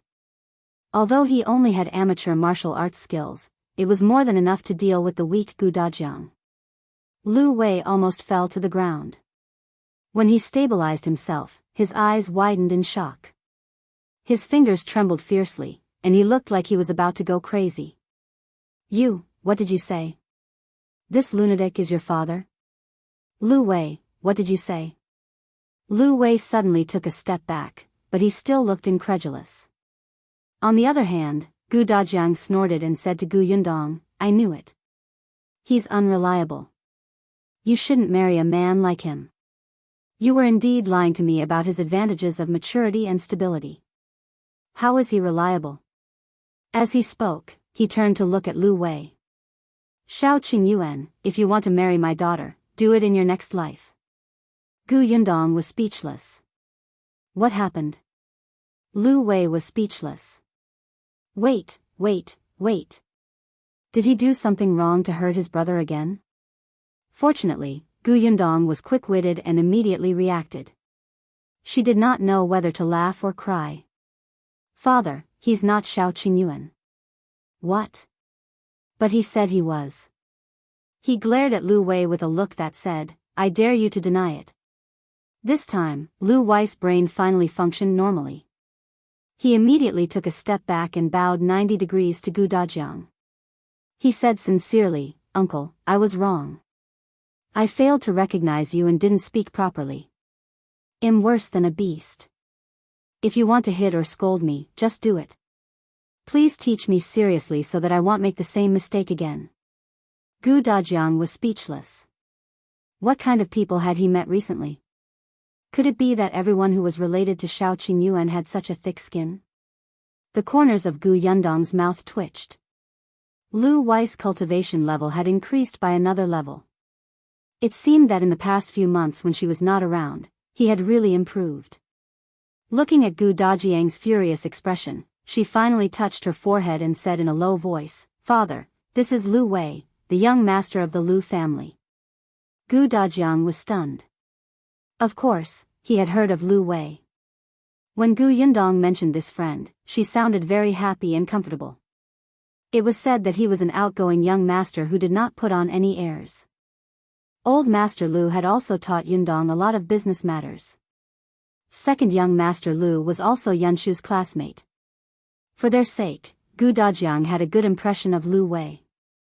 However, these good impressions were completely shattered during their meeting and conversation just now. He couldn't help but sigh. He glanced at Liu Wei and said angrily, All right, if there's anything, let's talk inside. Stop making a fuss. Who calls a woman's maiden name at the entrance? Yes, you're right. I won't do it again. Gu Dajiang had no temper toward such people. He turned around and left. Seeing this, Liu Wei heaved a sigh of relief and hurriedly followed. Madame Fang and her daughter stayed where they were. What about us? Chapter 541, Too touching. Gu Yundong seemed to have just discovered the mother and daughter. She turned around in surprise. Aunt Fang, why are you here? Madame Fang's eyes twitched. We've always been here. Really? I'm sorry, I didn't notice just now. Gu Yundong smiled sweetly and sincerely. However, Madame Fang and her daughter felt that she was very detestable. She was clearly ignoring them on purpose. However, when she thought of her motive for coming today, Madame Fang suppressed the anger in her heart and squeezed out a smile. She said politely, Your eyes were on young Master Liu. No wonder you didn't see us. By the way, this is, she glanced at Gu Dajiang and asked. Gu Yundong found it funny. Didn't this woman hear her call him father just now? The woman even had an innocent expression on her face. Aunt Fang, you're a widow.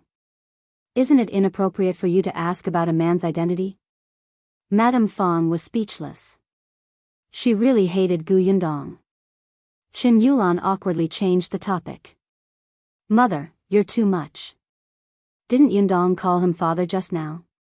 He must be Uncle Gu. As she spoke, she smiled and called out to Gu Dajiang. However, she quickly revealed a puzzled expression. But Yundong, didn't I hear that Uncle Gu went missing? How did you find Uncle Gu? Gu Yundong looked at her with a faint smile. How did I find him? Actually, I didn't find him. My father has been looking for us. My father is a person who values friendship and loyalty. Ever since he lost contact with us, he hasn't eaten a full meal or slept well. He took out all the money on him to find out the whereabouts of his wife and children. Sigh, the heavens don't let down hard-working people. After a lot of hardship and trouble, our family is finally reunited.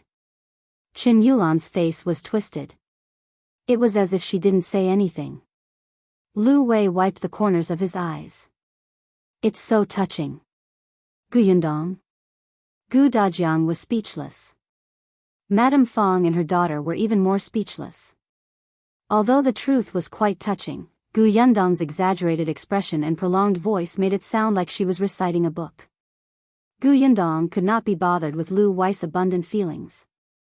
She said to Madame Fang and her daughter, "If there's nothing else, well, go in first." Xiulan wanted to stop her. This woman had no manners at all. They were already in front of her house, but she didn't intend to let them in. She didn't invite them to drink some sugar water before leaving. However, Gu Yundong pretended not to hear anything. She turned around and entered the door. When the door closed, she blocked Madame Fang and her daughter outside. The two of them stomped their feet in anger, but there was nothing they could do.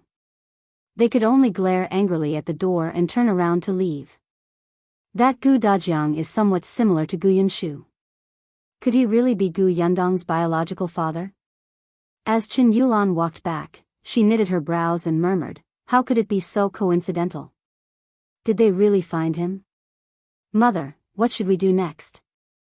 It won't be easy for Uncle Jiang to have any ideas about Gu Yundong's foolish mother. Even if he succeeds, with Gu Dajiang around, the Gu family's assets won't fall into his hands.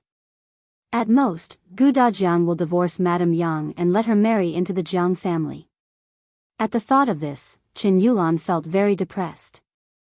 All the preparations she had made for so long were in vain. She kicked the stone under her feet in frustration. Suddenly, she realized that it had been very quiet beside her. She had said so much, but her mother did not reply. She turned around in surprise and looked at Madame Fang. "Mother, I'm talking to you. Did you hear me?" Chapter 542, Fond of Gu Dajiang. Madame Fang suddenly stopped in her tracks. It was unknown what she was thinking, but her eyes suddenly lit up with burning ambition. "Laner, that's Gu Dajiang, right?" Xiulan blinked. "Yes, Gu Yundong calls him father." Madame Fang's smile gradually widened. "Gu Dajiang is quite good-looking. Moreover, I heard that he has studied before. He's a knowledgeable person." Xiulan knew her mother too well. When she heard this, how could she not understand what her mother was trying to do? But this was too whimsical. "Mother, don't tell me you want to," Madame Fang glared at her. "Why? Can't I think about it? Gu Dajiang is talented, handsome, and so rich. Think about it. If we let Jiang Yongkang seduce Madame Yang, we'll have to split the Gu family's assets equally with him. But if Gu Dajiang and I achieve something, the entire Gu family will be ours. When I win over Gu Dajiang, Gu Yundong will have to listen to me and do whatever I tell her to do." Xiulan felt that this matter was unreliable. But Gu Yundong just said that Gu Dajiang values the mother and daughter very much. He even suffered a lot to find them. What do you know? Don't others say that the more you lack something, the more you stress it? Look at how confident she is. She's clearly afraid that others will see that Gu Dajiang doesn't care about them. That's deliberately for outsiders to see. With Madame Yang's appearance, which man has the patience to coax her? But this is just your guess, mother. What Xiulan didn't say was that regardless of whether Gu Dajiang really looked down on Madame Yang, at least she was good-looking. Although her mother was not bad, she was still far inferior to Madame Yang. However, on second thought, so what if Madame Yang was good-looking?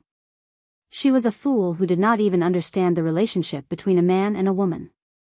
Men were the most impatient. They could still coax her for a day or two, but after a long time, they would probably be tired of her. Then, it was not a bad idea to let her mother try. "I'm just afraid that it won't be easy to get rid of Uncle Jiang." Madame Fang waved her hand. "It's fine. I'll talk to him."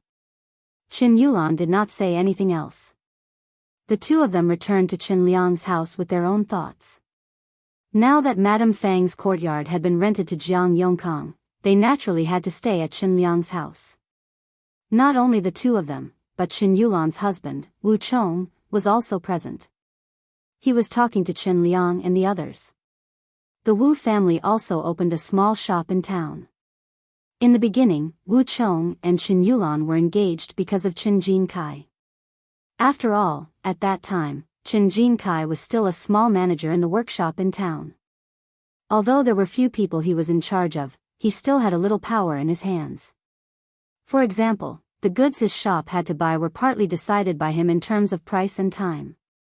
Who knew that Chen Jincai would be sent home as soon as he got married to Xiulan? He could only be considered a farmer now. It was said that he had to work in the fields every day. Now that he looked at it, didn't the man's hands and face look much rougher? In the past, when Chen Jincai saw him, Chen Jincai always held his head high and was extremely confident. Occasionally, he would teach Wu Chong as his wife's uncle and even warn him not to bully Xiulan. Wu Chong was actually very unhappy. He was just a small manager. Did he really treat himself as an elder? Now that he saw Chen Jincai again, he suddenly had a sense of superiority. So what if he was his wife's uncle? So what if he was older than him? Wasn't he just a farmer who buried his head in the fields every day? Chapter 543, The Chen family's displeasure. Wu Chong was proud in his heart, and he could not help but show it on his face. He was no longer as humble towards Chen Jincai as before. Instead, he looked like he did not think much of him. Although the in-law's eldest uncle was the village chief of Yongfu village, he could not reach into town. His eldest cousin was now a farmer, and his second cousin was said to be working in some workshop. Oh, right, it's a workshop in Yongfu village. It's not very promising. In Wu Chang's opinion, there was something wrong with the Chen father and son's brains. They actually degraded themselves to be long-term workers in the village's workshop. What were they thinking? Wu Chong felt that his in-laws could no longer help him. He didn't care much about Xiulan's visit today. However, he wanted to vent his secret pride. He just wanted to see Chen Jincai's miserable state. Unexpectedly, Chen Jincai was different from what he had imagined. He seemed to be very happy with the hoe. Wu Chong could not vent the joy in his heart, so his face remained dark. Xiulan came back at this time. When Wu Chong saw her, he wanted to return to town as soon as possible. He didn't even want to stay for dinner. However, Xiulan didn't agree. Mom isn't back yet. Let's have lunch before we leave. I saw that eldest aunt and sister-in-law are busy in the kitchen. It's not good to leave just like that. Madame Wei happened to hear this when she came in with a teapot to add water to them. She pursed her lips secretly. When she returned to the kitchen, she could not help but mutter to Madame Song. She knew that we were busy in the kitchen, but she didn't come in to help. Didn't you see that young master's eyes were almost rolling up to the sky? I didn't know before, but now I realize that he's just a superficial person. Madame Song snorted coldly. As she picked the vegetables, she said, "What's so strange about that? I already said that the Wu family is not a good match. Second aunt still thinks that I'm a busybody." The two sisters-in-law also had small conflicts on a daily basis, especially after they lived together at home. They often disliked each other. However, now that they were facing a common enemy, it was obvious that they really did not welcome the visitors. Madame Zhou berated, "All right, it's rare for her to come. It's only a meal. They'll leave after eating." Madame Wei muttered softly, "She's not willing to eat at our place. If it weren't for the fact that second aunt isn't back yet, they might have gone back." Madame Zhou paused. His second aunt isn't back yet? Where did she go in such a short time? There's no family in the village that she's especially close to. She couldn't figure it out. Madame Fang didn't like to go out in the past. After Xiulan got married, she only came back once or twice. At most, she would stay in their house and leave in less than 4 hours. This time, she said that she would accompany Xiulan to meet her friends, but Xiulan was already back. Where else could Madame Fang go? Madame Zhou and the others did not know that Madame Fang, whom they had missed, was at home not far from them. Not only her, but Jiang Yongkong was also at home. At this moment, the two of them were criticizing each other without showing any weakness. Madame Fang wanted to push the blame to him. "Gu Dajiang is indeed back. You haven't made any progress for so long. It's too late to do anything now. Let's not waste time and return to town." Jiang Yongkang was so angry that he wanted to laugh. Alright, I'll go back then. Where's the money? I spent so much time and I've stayed in this lousy place in the countryside for so long that I have lost weight twice. I can't possibly not get any benefits, right? The two of them were so engrossed in their fight that they did not notice that someone was hiding outside with a cloth bag in his hand. Chapter 544. Something must have happened. Tong Ping did not follow Madame Fang to collect the fruits today. After receiving Gu Yundong's instructions, he quietly followed behind Madame Fang. When he saw her enter the courtyard, he sneaked to the back of the house when no one was looking. The wall here was much shorter, and one of the parts had collapsed. It was accidentally pushed down by too many people on Xiulan's wedding day. Madame Fang didn't repair it. Anyway, she was going to live in town. Although Jiang Yongkang moved in later, this wasn't his house, so he wasn't willing to pay so much money to repair it. Anyway, this was the backyard, so it didn't affect him much. Now, the wall was convenient for Tong Ping. With a little force, he quietly climbed in. Hearing the low-pitched argument coming from the house, Tong Ping shook the cloth bag in his hand and chuckled. After a while, not only did he hear the quarrel in the house, but he also heard the sound of footsteps coming from outside the courtyard. He knew that the time had come. He opened the cloth bag and pulled out a snake. The snake was emerald green in color, slender and long, about a meter long. At this moment it was being dragged by Tong Ping, and it even wriggled a little uneasily. Tong Ping smiled. While the people inside were still talking, he stuffed the snake into the window. The snake's color was very conspicuous. Almost as soon as it appeared, the people in the room noticed it. Ah, a terrified scream sounded as expected. Tong Ping covered his mouth and laughed, but soon frowned. That's not right. Why is it a male voice?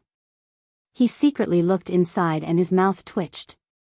In the room, Jiang Yongkang's face was pale. He pointed at the snake and quickly pounced into Madame Fang's arms. Cold sweat dripped down, and his lips trembled. Snake, snake, how can there be a snake? Quickly chase it away, quickly chase it away, ah. His terrified voice was unidentifiable as he hugged Madame Fang tightly. Madame Fang almost couldn't breathe. Compared to his scream of fear, Madame Fang was much calmer. Although she was a woman and usually did not go to the fields, she was not a lazy person. Sometimes, snakes would slither in her courtyard. She was already used to encountering snakes, insects, rats, and ants in the countryside. Although she was shocked by the sudden appearance of this snake at first, she quickly calmed down after seeing it clearly. Let go. What are you afraid of? This is an emerald green snake. It's not poisonous and is especially timid. Look, it's frightened by you. Jiang Yongkang shook his head desperately. He didn't hear what she said at all. He felt that his heart was about to jump out of his chest. He closed his eyes and didn't even look. Hurry up and chase it away. I told you that I can't stay in this countryside. I won't come to this godforsaken place again. He had lived in town since he was young. He was not afraid of encountering a rat, but he was afraid of this slippery thing. Madame Fang's eyes lit up. He was so afraid of snakes, so she could use it to threaten him to return to town quickly. She thought quickly in her heart, but she didn't know that at this moment, a few people were passing by the entrance of their courtyard and happened to hear Jiang Yongkang scream, which was so loud that it almost shook the roof. The people who were about to pass by trembled and looked at each other. One of them immediately said worriedly, "It seems to be Brother Jiang's voice. He's screaming so badly. Could something have happened? Something must have happened. Maybe a thief broke in. Let's go in and take a look." Chapter 545. Revealing the adultery. The few of them immediately became anxious and went to push open the courtyard door without saying anything. The door was pushed open. No one thought too much about it. After all, it was broad daylight, and no one locked the courtyard in the countryside. As they entered the courtyard, they heard frightened voices coming from the room on the left. Everyone became even more worried. They rushed over and pushed open the door. "Brother Jiang, why are you he stopped mid-sentence. Everyone at the door looked at the two people hugging each other in shock. They did not even notice the green snake slithering away through the door in fear. At this moment, Jiang Yongkang was so afraid that he even placed his legs on Madame Fang's waist. Madame Fang could not withstand his weight and fell back onto the bed. In addition, she wanted to push him away and make him let go of her. Their clothes were loose and even their breathing was messy. In everyone's eyes, these two people were doing shameless things in broad daylight. The people at the door couldn't help but gasp. Madame Fang and Jiang Yongkang were also stunned. Their faces instantly turned pale, and there was only one thought in their minds: it was over. Both sides seemed to have come to a standstill until someone's sharp voice sounded. "You, the guy from Chen Tian's family, what are you doing?" Madame Fang trembled and Jiang Yongkang finally let go of her.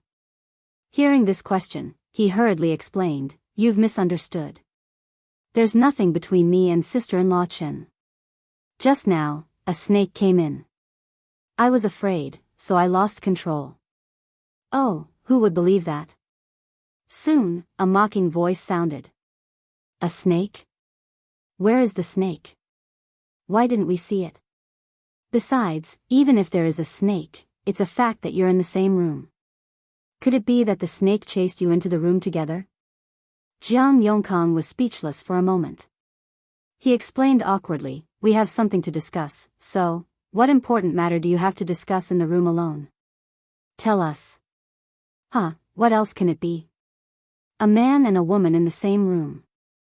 Don't tell everyone that you don't know what it is. It's a big matter of giving birth." "Ha ha ha ha." The two women echoed each other. Madame Fang looked at them. These two were just two gossipy women who usually didn't get along with her. Why did she have to see them?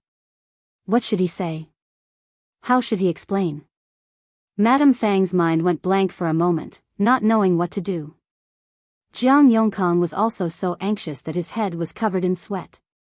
He couldn't say anything and could only deny it without any confidence. "You've really misunderstood. We're fine. It's just that sister-in-law Fang wanted to go home to get something." "Yes, she wanted to go home to get something, so we ran into each other.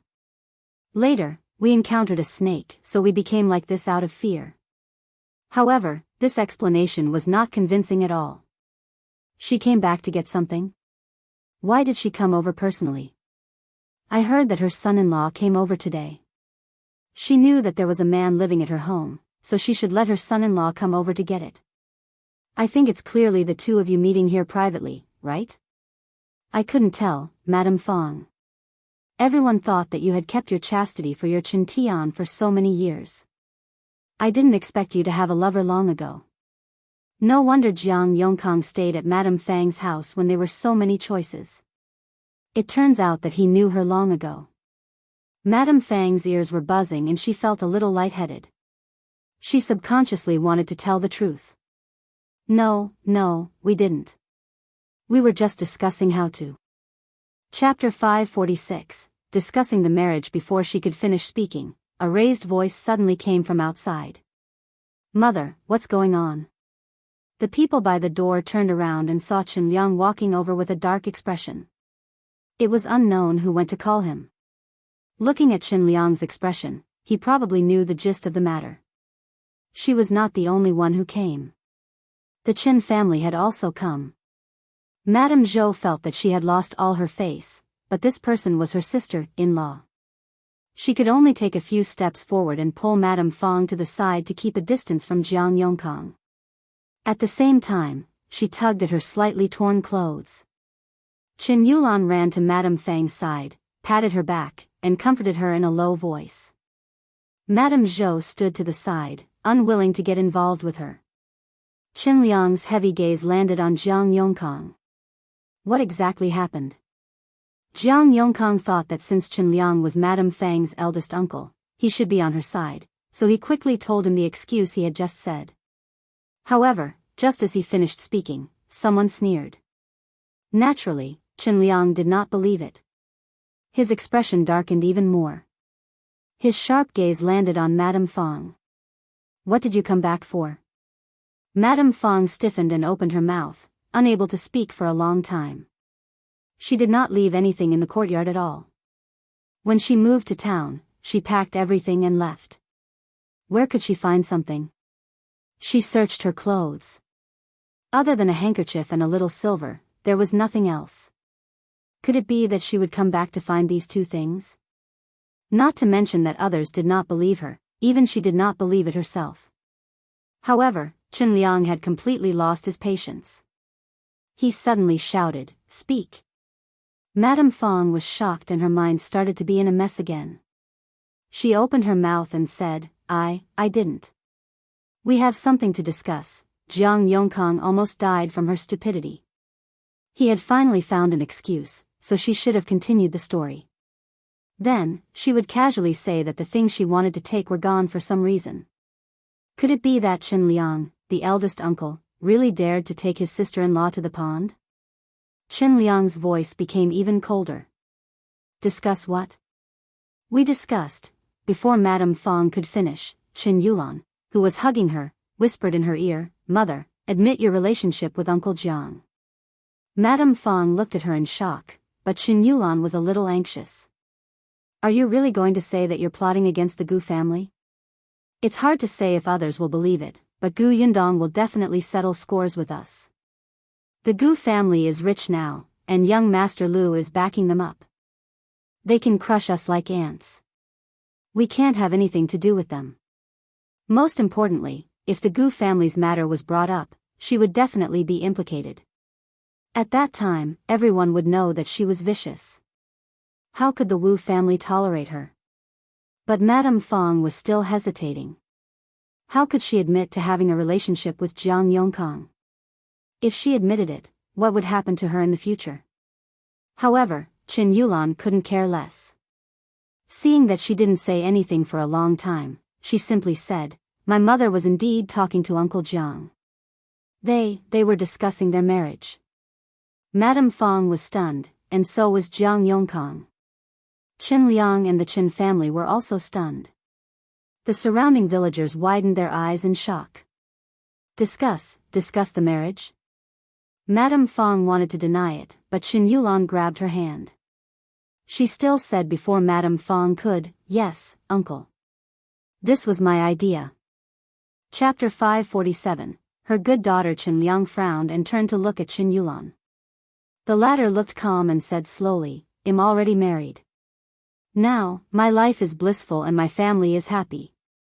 However, my mother is alone.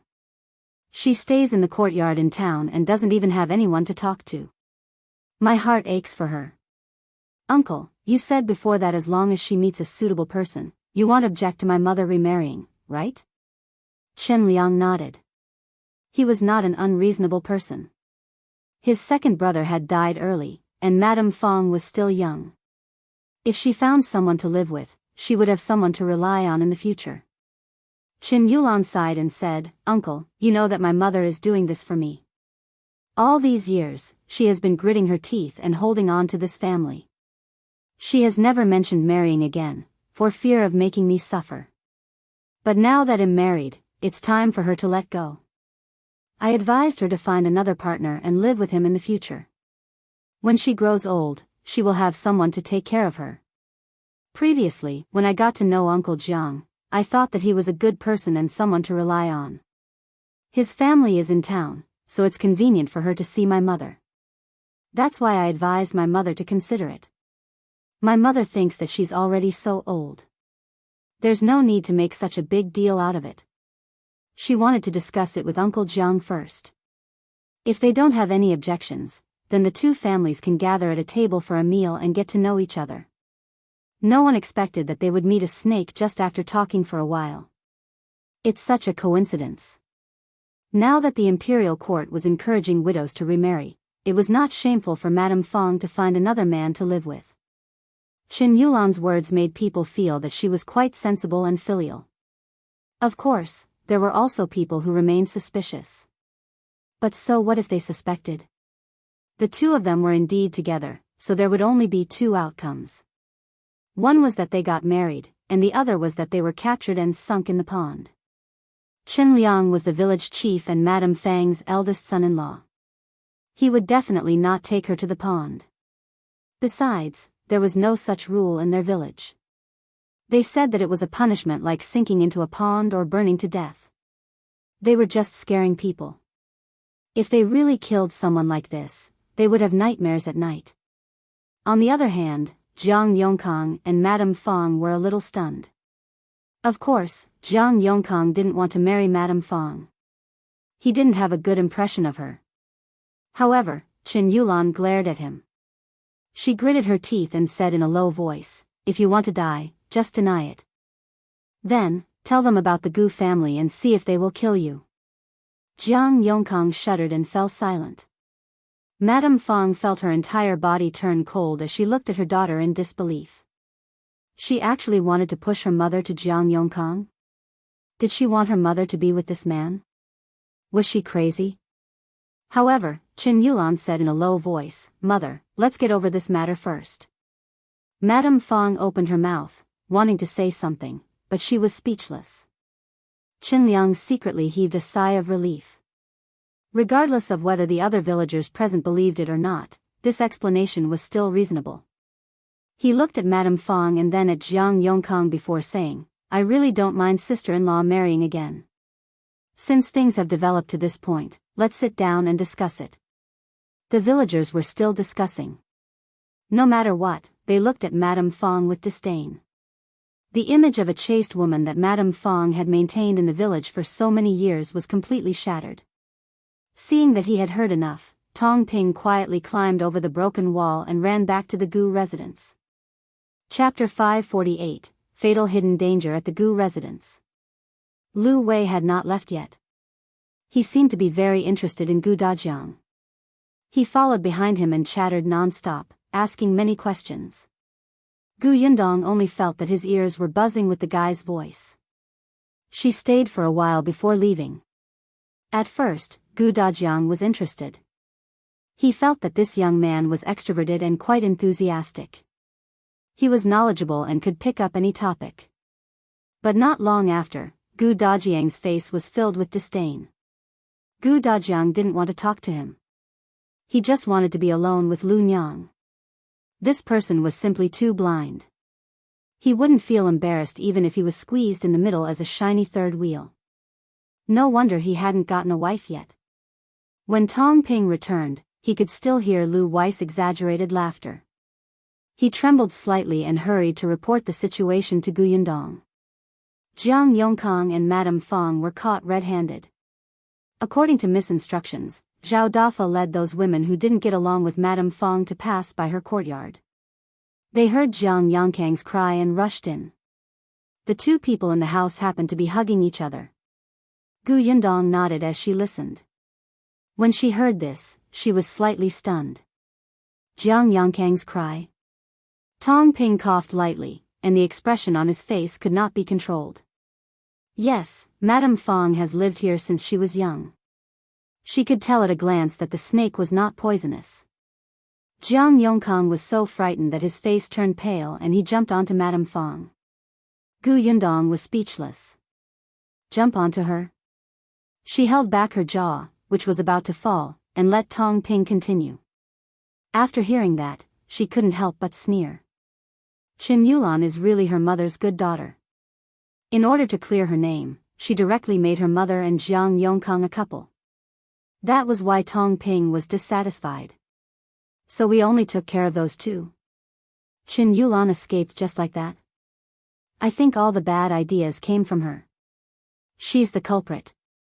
Don't worry. Her mother did such a thing. Even if Xiulan helps her, how many people can really be convinced? Her reputation in the village has already been ruined. Moreover, she's with Jiang Yongkang now. She's no longer a member of the Chen family. If Chen Liang doesn't treat her as his brother's wife, I'm afraid he won't protect Xiulan like before. This matter also affected Chen Liang. After all, Madame Fang was still a member of the Chen family. Fortunately, there were no suitable men and women in the Chen family who had to marry. When Niu Dan and the others grew up and got married, this matter would have long been forgotten. Coupled with the fact that Chen Liang was the village chief, he still had some prestige in Yongfu village. No one dared to criticize him. However, Madame Zhou and her daughter-in-law would probably be mocked. Although Gu Yundong had a good relationship with the Chen family, she could not let Madame Fang off so easily just because of a few words. That would only make them push their luck. She was just giving them a taste of their own medicine. Wasn't Madame Fang and Jiang Yongkang a match made in heaven? As for Xiulan, she was anxious to clear her name, but she forgot that besides the villagers of Yongfu village, her husband was also present. In fact, Wu Chong was the one who felt most embarrassed about what had happened to Madame Fang. As Madame Fang's son-in-law, he saw his mother-in-law who was actually caught secretly meeting someone at such an old age. He felt that he had lost all his face. Therefore, the hidden danger that Xiulan had planted was the most fatal. Chapter 549, The End of the Fang Mother and Daughter. Keep an eye on them and see what happens next, Gu Yundong instructed Tong Ping. After listening to her analysis, Tong Ping's blood immediately boiled, and he no longer felt indignant. Sure enough, 2 days later, Tong Ping heard the latest news. Madame Fang and Jiang Yongkang were indeed together. The two of them had returned to town. The small courtyard where Madame Fang had originally lived had also been cancelled. She was now living in Jiang Yongkang's house. Because they were husband and wife halfway, Jiang Yongkang's son and daughter-in-law were very awkward and couldn't accept it. However, with another laborer at home, it was much easier. The clothes of the Jiang family were washed by Madame Fang, and even Jiang Yongkang's grandson was raised by Madame Fang. Madame Fang was petty and lazy, so she naturally had to refuse. However, Jiang Yongkang had no feelings for her. Not only did he not help her, but he was also wary of her. Madame Fang was furious. She wanted to go back to Yongfu village to seek justice from her late husband's brother, who was the village chief, but she quickly realized that she was not a member of the Chen family. She wanted to go back to her maternal family to get her brothers, but her maternal family despised her for losing face. She was already so old, but she still did such a thing. Other than her mother scolding Jiang Yongkang, no one paid attention to her. However, Jiang Yongkang had always been a scheming person. In order to hook up with Madame Yang these few months, he could be said to have a pure heart and few desires in Yongfu village. Now that he had returned to town, his original lover started going out with him again. He did not go home all day. Although Madame Fang hated him very much, since the two of them were married, he was her man. How could he flirt with women outside all day and let her be an old maid at home? Madame Fang was also ruthless. She directly told on Jiang Yongkang's lover's husband. Jiang Yongkang's affair was exposed again and he was beaten up by that man. His legs were broken, so he could only lie in bed and recuperate. He could not cause trouble anymore. He quarreled with Madame Fang at home every day and they gradually started to fight. The two of them were constantly injured and did not have a good time. As for Xiulan, she was treated coldly after she followed Wu Chong back to the Wu family. Wu Chong felt that if his mother-in-law could do such a thing, what about Xiulan, who had relied on his mother-in-law since she was young? Was she also a restless woman? Since that day, he was not very willing to touch her. Anyway, there was nothing to be afraid of in the Chen family now. He began to have no scruples when doing things. The Wu family also had an understanding of the Fang family, especially after Wu Chang's subjective depiction. The Wu family unanimously believed that Madame Fang was unruly and had embarrassed their family. If Xiulan had done anything wrong, the Wu family would have divorced her. They hadn't divorced yet, but Xiulan's life had become exceptionally difficult. Not long after, Wu Chong had another woman outside. When that woman got pregnant, she was directly brought into the Wu family and even wanted to be his equal wife. Xiulan made a scene because of this and even ran back to the Chen family to ask Chen Liang to stand up for her. Although Chen Liang was extremely disappointed in the mother and daughter, Xiulan was still his brother's daughter after all. He still went to the Wu family to reprimand Wu Chong. Wu Chong did not take Chen Liang seriously at all. He scolded him for being a busybody and even said that he wanted to divorce his wife. Xiulan was scared when she heard that. She turned around and chased Chen Liang away. Chen Liang had expected better from her and no longer cared about Xiulan. However, Wu Chong didn't mention that woman as his equal wife again. Although she was a concubine, her status was much higher than Xiulan's. Of course, this was all in the future. At this moment, Gu Yundong only instructed Tong Ping to keep an eye on Madame Fang and her daughter. She then let go and did not care anymore. After Tong Ping left, she realized that Liu Wei and Gu Dajiang had stopped talking. A low sigh suddenly came from behind. Chapter 550. The Loyal Liu Wei. Gu Yundong turned her head and saw that Liu Wei looked exhausted, as if he had done something big. She did not want to ask him why he was sighing, because Gu Yundong knew very well that the answer was definitely not what she wanted to hear. However, even though she didn't ask, Liu Wei spoke first. It's really not easy for me to do this for my brother. Seeing the puzzled look on Gu Yundong's face, he immediately explained, from the moment I met Uncle Gu, I knew that he definitely did not like my brother Xiao as a son-in-law. For my brother, I have a lot to do. I tried my best to get close to Uncle Gu, trying to figure out Uncle Gus's personality and preferences. I'll tell brother Xiao later and let him be mentally prepared. When the time comes, he can cater to your father's liking and achieve twice the results with half the effort. How is it? I've contributed so much for you two's future. Isn't it impressive? Gu Yundong looked up at the sky. After a long time, she said faintly, my father reads books. And then, he thinks that you are a product of those who you hang around. You are the same as the friends you make, Gu Yundong said with great difficulty. Previously, I had always instilled in my father the impression that Xiao Qingyuan was a steady, responsible, taciturn, but practical person. Now, it seems that everything has been overturned by you. Liu Wei blinked, then blinked again. That didn't sound right. Gu Yundong, are you saying that I'm unreliable, irresponsible, and nagging? Liu Wei was furious. Have you forgotten who helped you manage the workshop when you weren't in Yongfu village? Gu Yundong immediately denied it. That's not what I meant. It is. Liu Wei was furious and raised his voice, but there was an inexplicable hint of guilt in his voice. In the end, he was still a little nervous. Could it be that he had really done something bad out of goodwill? Damn it. If Uncle Gu really felt that Xiao Qingyuan was a good-for-nothing, wouldn't he have broken up his brother's marriage? Liu Wei laughed bitterly in his heart, but on the surface, he was bluffing. Let me tell you, you're humiliating me. I'm very angry. I won't forgive you. Don't look for me in the future. With that, he rushed out of the Gu family's courtyard, climbed into his carriage, and left. Gu Yundong was speechless. He seemed to be the one who came to Yongfu village to look for her all the time, right? Auntie slowly walked out from behind. She could not help but glare at Gu Yundong. Why are you scaring him?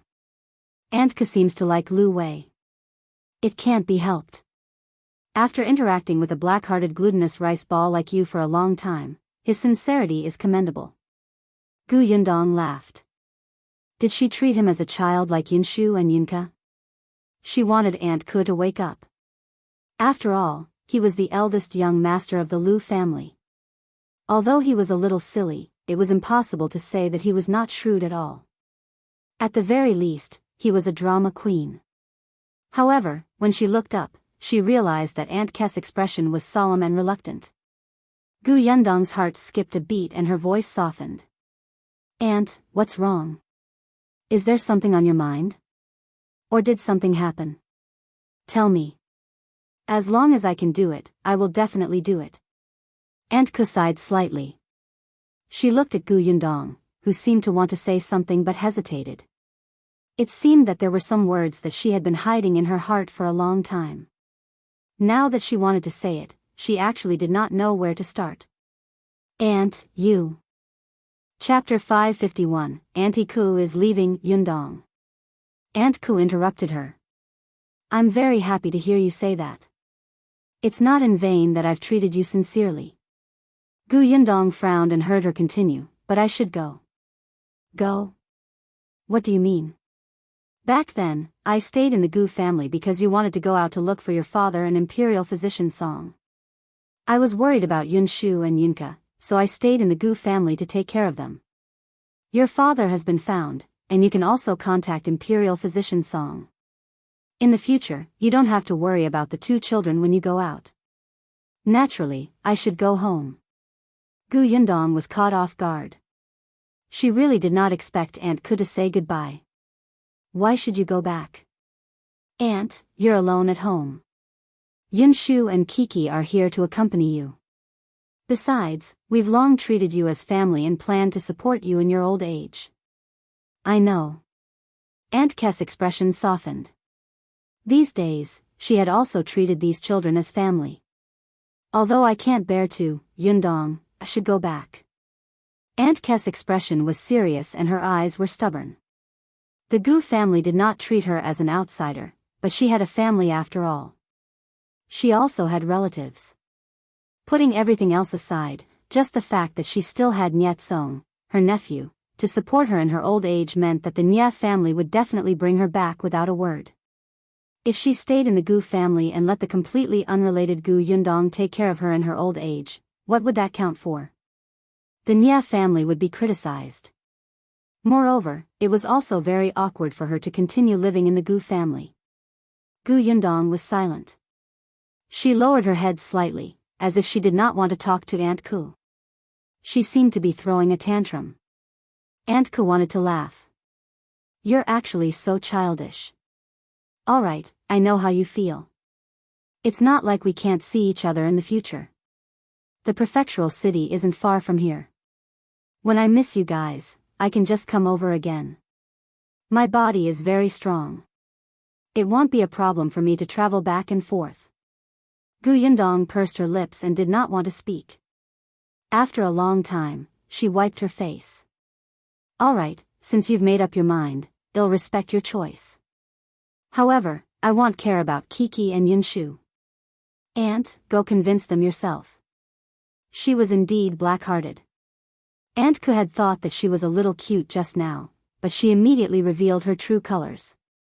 However, she had already dealt with Gu Yundong. Could it be that she could not deal with Yunshu and Yunka? That night, when Yunshu returned home from school, Aunt Ku had a very deep conversation with the two children.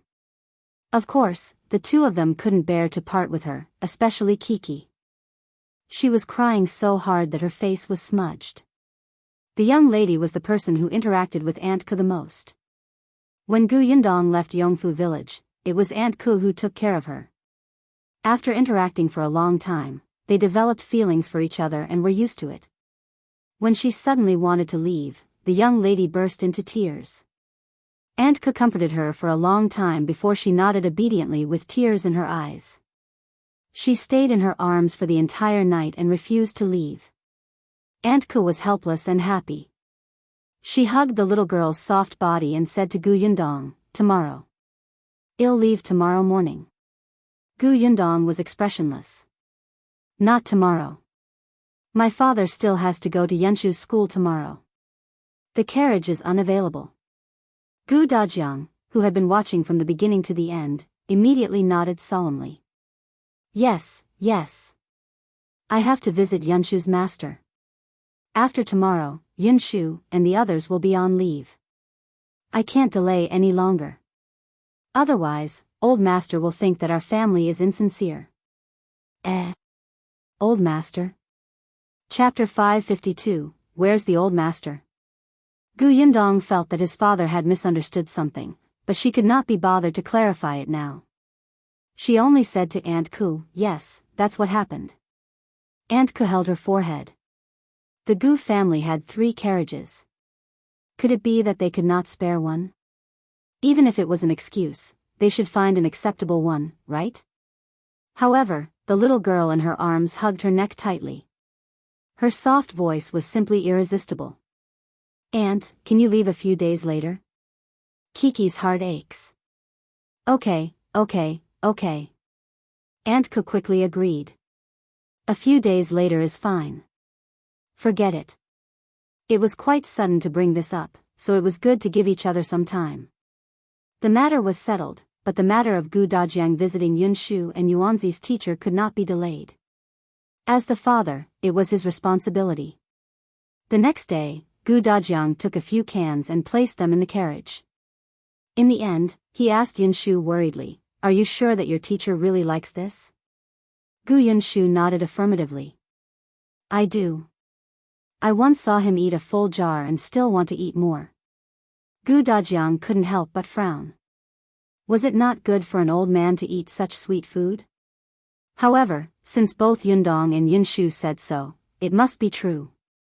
After everything was prepared, Gu Dajiang got into the carriage. Gu Yundong was also going. She had to go to the shop to look for Zhengang and Yuanzhi. She had to discuss the matter of opening a shop in the prefectural city. Before leaving, she looked at the Xiao family again. Xiao Qingyuan still had not returned. Gu Yundong could not help but feel worried. It had been a few days. Why was he still not back? In the past, he had also entered the mountains, but he would return in 3 days at most. It was already the 4th day. If Mao and the other 3 had not followed him, Gu Yundong would not have been able to sit still and would have gone into the mountains to look for them. "Yundong, Yundong?" Gu Dajiang's voice sounded in her ears.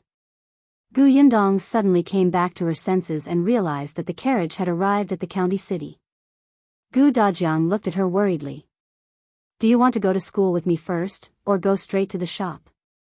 "Let's go to school first." Father Tong, who was outside, heard the order and immediately drove to the left. At the entrance of the school, Gu Dajiang got out of the carriage first. He checked his clothes again and again. After confirming that there was nothing wrong, he went forward and knocked on the door. It was the same gatekeeper. He knew Gu Yundong and recognized Gu Dajiang. Hearing that they had specially come to visit Sir, he quickly led them inside. After all, Gu Yundong had always been unimpeded when she came over. Yunshu and Yuanzhi waved at them and walked towards the room with their classmates who had also come. Gu Dajiang and his daughter turned around and headed for Qin Wenzhang's study. Qin Wenzhang's servant was standing at the door. He was very happy to see Gu Yundong. "Miss Gu, you're here?" "Yes, my father just came back and wanted to visit your master." The servant took another look at Gu Dajiang and smiled. Young Master Gu mentioned that. "Master Gu, Miss Gu, wait a moment. I'll report it now."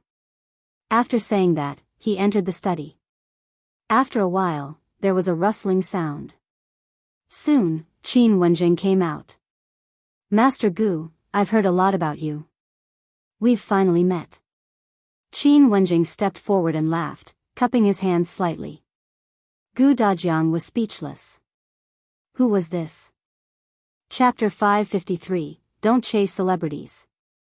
Qin Wenjing looked up and was stunned when he saw that Gu Dajiang did not move. Gu Yundong tugged at his sleeve.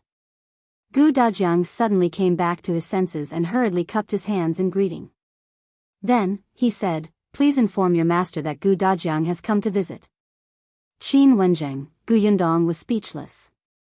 "Ahem, well, father." Gu Yundong recalled that her father had addressed Yunshu's teacher as old master yesterday. She did not know whether to laugh or cry. "This is Yunshu's teacher." Gu Dajiang's eyes widened as he blurted out, "Isn't Yunshu's teacher old master?" "Dad, who told you he's an old man?" Gu Dajiang paused. "But didn't you say that he was the top scholar a few years ago?" "I read the court newspaper. Every top scholar for nearly 15 years is above 40 years old. But he's only..." He paused and suddenly thought of something. He frowned and said, "There's a young genius. He did become the top scholar a few years ago. But didn't that young man surnamed Qin die of illness?" Qin Wenjing touched his nose, coughed lightly, and said, "If I'm not wrong, should be that young man surnamed Qin Wenjing." Gu Dajiang suddenly looked at him, his eyes burning. However, his body didn't move, as if he was frozen. "Father? Qin Wenjing should be quite normal looking, right? Was he that scary?" Qin Wenjing could not help but look at Gu Yundong and explain, "Previously, I did resign for some reasons. There were rumors that I had passed away from illness. I didn't expect this rumor to spread to the Yongning prefecture. You misunderstood. You're really Qin Wenjing? After a long while, Gu Dajiang finally reacted. His throat was extremely dry, and his voice was hoarse. Qin Wenjing nodded. I'm indeed Qin Wenjing. Miss Gu can testify. Gu Dajiang turned his head and stared at his daughter in a daze. Seeing her nod, he couldn't help but ask, why didn't you tell me that Yanshu's teacher is called Qin Wenjing? I'm afraid father will say that it's impolite for me to call the teacher by his name. There were many rules for scholars, especially when it came to respecting teachers. Qin Wenjing was Gu Yanshu's teacher, so it was better for her not to be too casual. Who knew that her father would misunderstand that the other party was an old man? Gu Yundong secretly laughed. When she looked up again, she saw her father looking at Qin Wenjing excitedly. The light in his eyes was almost blinding. Master Qin, Mr. Qin, I didn't expect to see you again in my lifetime. This is simply great. You've even become my son's master. The essay of the master's palace examination was accepted by someone. I was lucky to be able to read it and admire your literary talent. At that time, I thought that if I could meet you one day and ask you for guidance on the essay, I would have no regrets in my life. I didn't expect it to be true. Gu Yundong widened her eyes. No, father, the other party is a scheming person without any integrity. He is not worthy of your admiration. Wake up quickly. Father, well, you've seen Yanshu's teacher. Shouldn't we go? Gu Dajiang didn't even turn around. No. I still have a lot to talk to you about. If you don't mind, can you treat me to a cup of tea? I don't mind. Qin Wenjing glanced at Gu Yundong and immediately agreed. Gu Yundong felt terrible. Father, where's your composure? You're already so old. Don't chase after celebrities anymore, right? Chapter 554, Wishes are about to come true. Gu Yundong tried a few times, but in the end, she could not take Gu Dajiang away. She could only leave him in the Qin family to exchange knowledge with Qin Wenjing. She sighed as she walked out of the Qin family school and looked up at the sky. The power of an idol was so great that her father's personality had changed. It was so great that she felt that her status in her father's heart was starting to become precarious. Gu Yundong turned to look at the Qin family's door again before striding forward and entering the carriage. The car drove towards Gus. Not long after, it stopped at the entrance of Gus. When Yuanzhi saw the familiar carriage, he came forward without a word. It was indeed Gu Yundong. He quickly reached out to help her. After being glared at by Gu Yundong, he retracted his hand in embarrassment. Gus' business was quite good. The Gu family's workshop sent fresh goods over every day and they were sold very quickly. When Gu Yundong entered, there were still a few people watching in the shop. It was different from buying white sugar in the past. Women were more interested in dried fruit shops. Therefore, from time to time, there would be well-dressed women coming to the shop. Whether it was food or sweets, they contributed to a large portion of the sales. The moment Gu Yundong entered, she went straight to the counter. The women were a little surprised. They did not know her identity and whispered a few words. Yuanzhi quickly helped them buy the things. Then, he ran over and asked, "Boss, why are you here? Did you write this?" Gu Yundong looked down and found a few pieces of paper. She raised her eyebrows slightly when she saw the gradually smoothing handwriting. Yuanzhi stuck his head out to take a look and immediately chuckled. "I wrote it. How is it, boss? Did I improve a lot?" He felt that it was not bad. He was someone who was determined to be a shopkeeper. Gu Yundong glanced at him and saw Jincai coming out of the backyard with the account book. He must have gone to check the goods. He was stunned when he saw Gu Yundong. "Boss is here?" "Yes, Uncle Zheng. I came here this time because I have something to tell you." Jincai put the account book away. "Boss, feel free to let me know if you need anything. It's like this. Gu Yundong sat on a chair in the reception area with him. As he drank the tea that Yuanzhi had poured, he said, I plan to open another Gus in the prefectural city. As you know, although the business of this shop in the county city is good, its demand is limited. There are only so many people in the county city. Zheng Gang nodded. Indeed. He knew that the boss would expand Gus sooner or later. You've done very well in Gus. There aren't many people I can trust, so I want to hand over Gus from the prefectural city to you. Uncle Zheng has stayed in the prefectural city for a few years before. You're familiar with the situation there and is the best candidate. Of course, it will be tiring at the beginning and there will be many miscellaneous matters. Uncle Zheng will have to work harder. However, Zheng Gang was slightly excited. Of course, he wanted to go to the prefectural city. What was there to be afraid of? No matter how hard and tiring it was worth it to be able to achieve results. He was a man and had some career ambitions. Back then, when he was forced to return from the prefectural city, the unwillingness in his heart tormented him for a few days. Now that he finally had a chance to stand up again, how could he not be happy? Hence, Zheng Gang quickly agreed. Boss, I'll go. Yuanzhi, who had been wiping the same spot with a rag, could not help but get excited. If shopkeeper Zheng left, would his wish to be a shopkeeper be fulfilled? Chapter 555, being a shopkeeper for 3 months. Suppressing his excitement, Yuanzhi's ears pricked up even more. He was getting closer and closer to Gu Yundong and Zheng Gang. In the end, he simply stood behind Zheng Gang and wiped the back of his chair with a cloth. Gu Yundong was speechless. Could you be more obvious? Zheng Gang did not know whether to laugh or cry. He simply asked on his behalf, Boss, I'm naturally willing to go to the prefectural city. Then how should we arrange the shop here? Gu Yundong tapped her fingers on the table and glanced sideways at Yuanzhi, who had suddenly stopped nervously. She smiled and said, Uncle Zheng, do you have any suggestions? Actually, although this shop has only been open for less than a year, business has always been very good. There are many customers, and most of them are regular customers.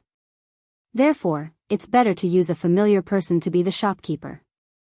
Yuanzhi has been here since the shop opened. He's most familiar with this place and has feelings for it. The customers like him very much. Moreover, he has been learning calligraphy and writing with me these days.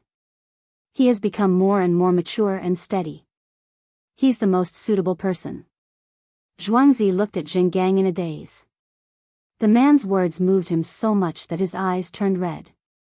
He was usually very strict with her and would say that Yuanzhi was too slippery and not steady enough. Yuanzhi did not expect him to have such a high evaluation in front of his boss. Simply too evil. Gu Yundong glanced at him and smiled. Actually, I've also considered Yuanzhi as the shopkeeper. Yuanzhi's body stiffened. After these days of training, he immediately understood the meaning behind Gu Yundong's words. Has considered it? In other words, she was no longer considering it. Yuanzhi immediately felt a little disappointed and lowered his head weakly. Thinking about it, it made sense. After all, he was still young. How could he be promoted to shopkeeper after being a shop assistant for such a short period of time? However, he did not know what the new shopkeeper's personality was like. Was he easy to talk to? Was he like shopkeeper Zheng, who taught him how to read and write? Now that he thought about it, he suddenly realized that shopkeeper Zheng was really tolerant and concerned about him. He was usually a little strict with his words, but whenever there was anything delicious or useful, he would give Yuanzhi a portion. The more he thought about it, the more uncomfortable he felt. Yuanzhi felt like crying. Gu Yundong quickly added, however, after thinking about it, there's another choice. No matter what, Yuanzhi needs to think it through himself. Yuanzhi was stunned. He blinked. What did that mean? What was the other choice? Boss, what do you want me to think about? Gu Yundong smiled. Uncle Zheng is right. After he goes to the prefectural city, this shop indeed needs a skilled person to manage it. You are the most suitable. Yuanzhi's heart, which had just sunk, suddenly came back to life. His eyes lit up. Gu Yundong said, "You'll be the shopkeeper for 3 months." "What? You won't let me be the shopkeeper after 3 months? Wasn't this too short? 3 months later, they'll give you 2 choices. One is to continue staying here as a shopkeeper. The other is to go to the prefectural city and continue working under Uncle Zheng. You can decide what you want." Yuanzhi was dumbfounded. This choice was too difficult. He was too difficult. "Boss, I have to think about this carefully." His mind was a little chaotic now. Being a shopkeeper had always been his dream. In the previous 15 minutes, this was still his ultimate goal. However, going to the prefectural city did not seem like a bad idea. On the other hand, if he went there, he still had to be a shop assistant. After being a shopkeeper for 3 months, he would be demoted to a shop assistant. Chapter 556. New fellow Gu Yundong took a sip of tea. "There's no hurry. Take your time to consider. Tell me when you've thought it through." Oh, okay." Yuanzhi was stunned. He grabbed the rag and turned to leave. Gu Yundong suddenly added, "By the way, during the 3 months you'll be the shopkeeper, the new employee is called Jincai. Take good care of him and let him get familiar with the job as soon as possible." Slap. The rag in Yuanzhi's hand fell to the ground. He turned his head and looked at Gu Yundong in horror. He asked in disbelief, "Boss, who are you talking about?" "Chen Jincai, the eldest son of the village chief." Yuanzhi's footsteps were a little unsteady. The Chen Jincai who always looked up to the sky every time he saw him? The Chen family's eldest son, whom he unconsciously bent down in front of, came over to be his assistant? At that time, he would probably be the waiter who was ordered around, right? No, how could he think that? That was in the past. Now, it was the present. He was not afraid of the young masters and young ladies of the wealthy families in this county. Why would he be afraid of Chen Jincai? He was the shopkeeper. Yuanzhi suddenly thought of himself standing by the counter with his hands clasped and asking Chen Jincai to pour tea for him. Oh my God, just thinking about it made him feel good. Gu Yundong did not know that his heart had been in turmoil for hundreds of rounds. When she saw Yuanzhi's expression, she could not help but ask, "Why? Is there a problem?" "No, there's no problem at all. I'll teach him how to be a suitable and polite assistant. Don't worry, I won't let Uncle Zheng down after such a long time of training." He straightened his back and patted his chest. Gu Yundong felt that his tone was a little strange, but she did not ask further. She just nodded and said, "All right, since there's no problem, prepare yourself in the next 2 days. While Uncle Zheng is still here, if you have any questions, ask as soon as possible. Learn to make accounts. Also, consider the previous question." "Yes, I understand, boss. I will definitely do my best." Zheng also reassured her. "I will slowly let go these 2 days and let Yuanzhi learn to be independent. By the way, I don't know when that Chen Jincai will come." "Tomorrow. I'll get him to come over tomorrow." As Gu Yundong spoke, she gave some instructions before leaving Gus. She bought some things on the street. Seeing that it was about time, she returned to Qin Wenzheng's school. Her father seemed to be still talking to Qin Wenzheng. Even before Gu Yundong reached the door of the study, she could hear that hearty and happy laughter. She even heard Qin Wenzheng's laughter. The two of them were clearly talking happily as like-minded scholars. They had probably forgotten the time, right? She sighed slightly and simply turned around to go to the classroom where the students were studying. This was not the first time Gu Yundong had come to see her younger brother in class. In Qin Wenzheng's school, other than him, there was another teacher who taught books and a martial arts teacher. These two people were not old. They were the teachers that Qin Wenzheng had personally found. After all, he had a lot of things to do. It was impossible for him to personally teach these students at all times. For example, right now, the teacher was teaching the students in the academy. Gu Yundong deliberately lightened her footsteps when she went over, afraid that she would disturb their studies. Unexpectedly, when she got closer, she didn't hear any sound. The usually loud reading sounds seemed to have disappeared all of a sudden. She was slightly stunned and could not help but speed up as she walked towards the classroom. Yes, there were more than 10 students. Chapter 557, Bian Yuanzhi's change. However, they were not studying. Instead, they were playing chess. They were playing chess in pairs, either holding white pieces or black ones. They lowered their heads slightly and frowned seriously.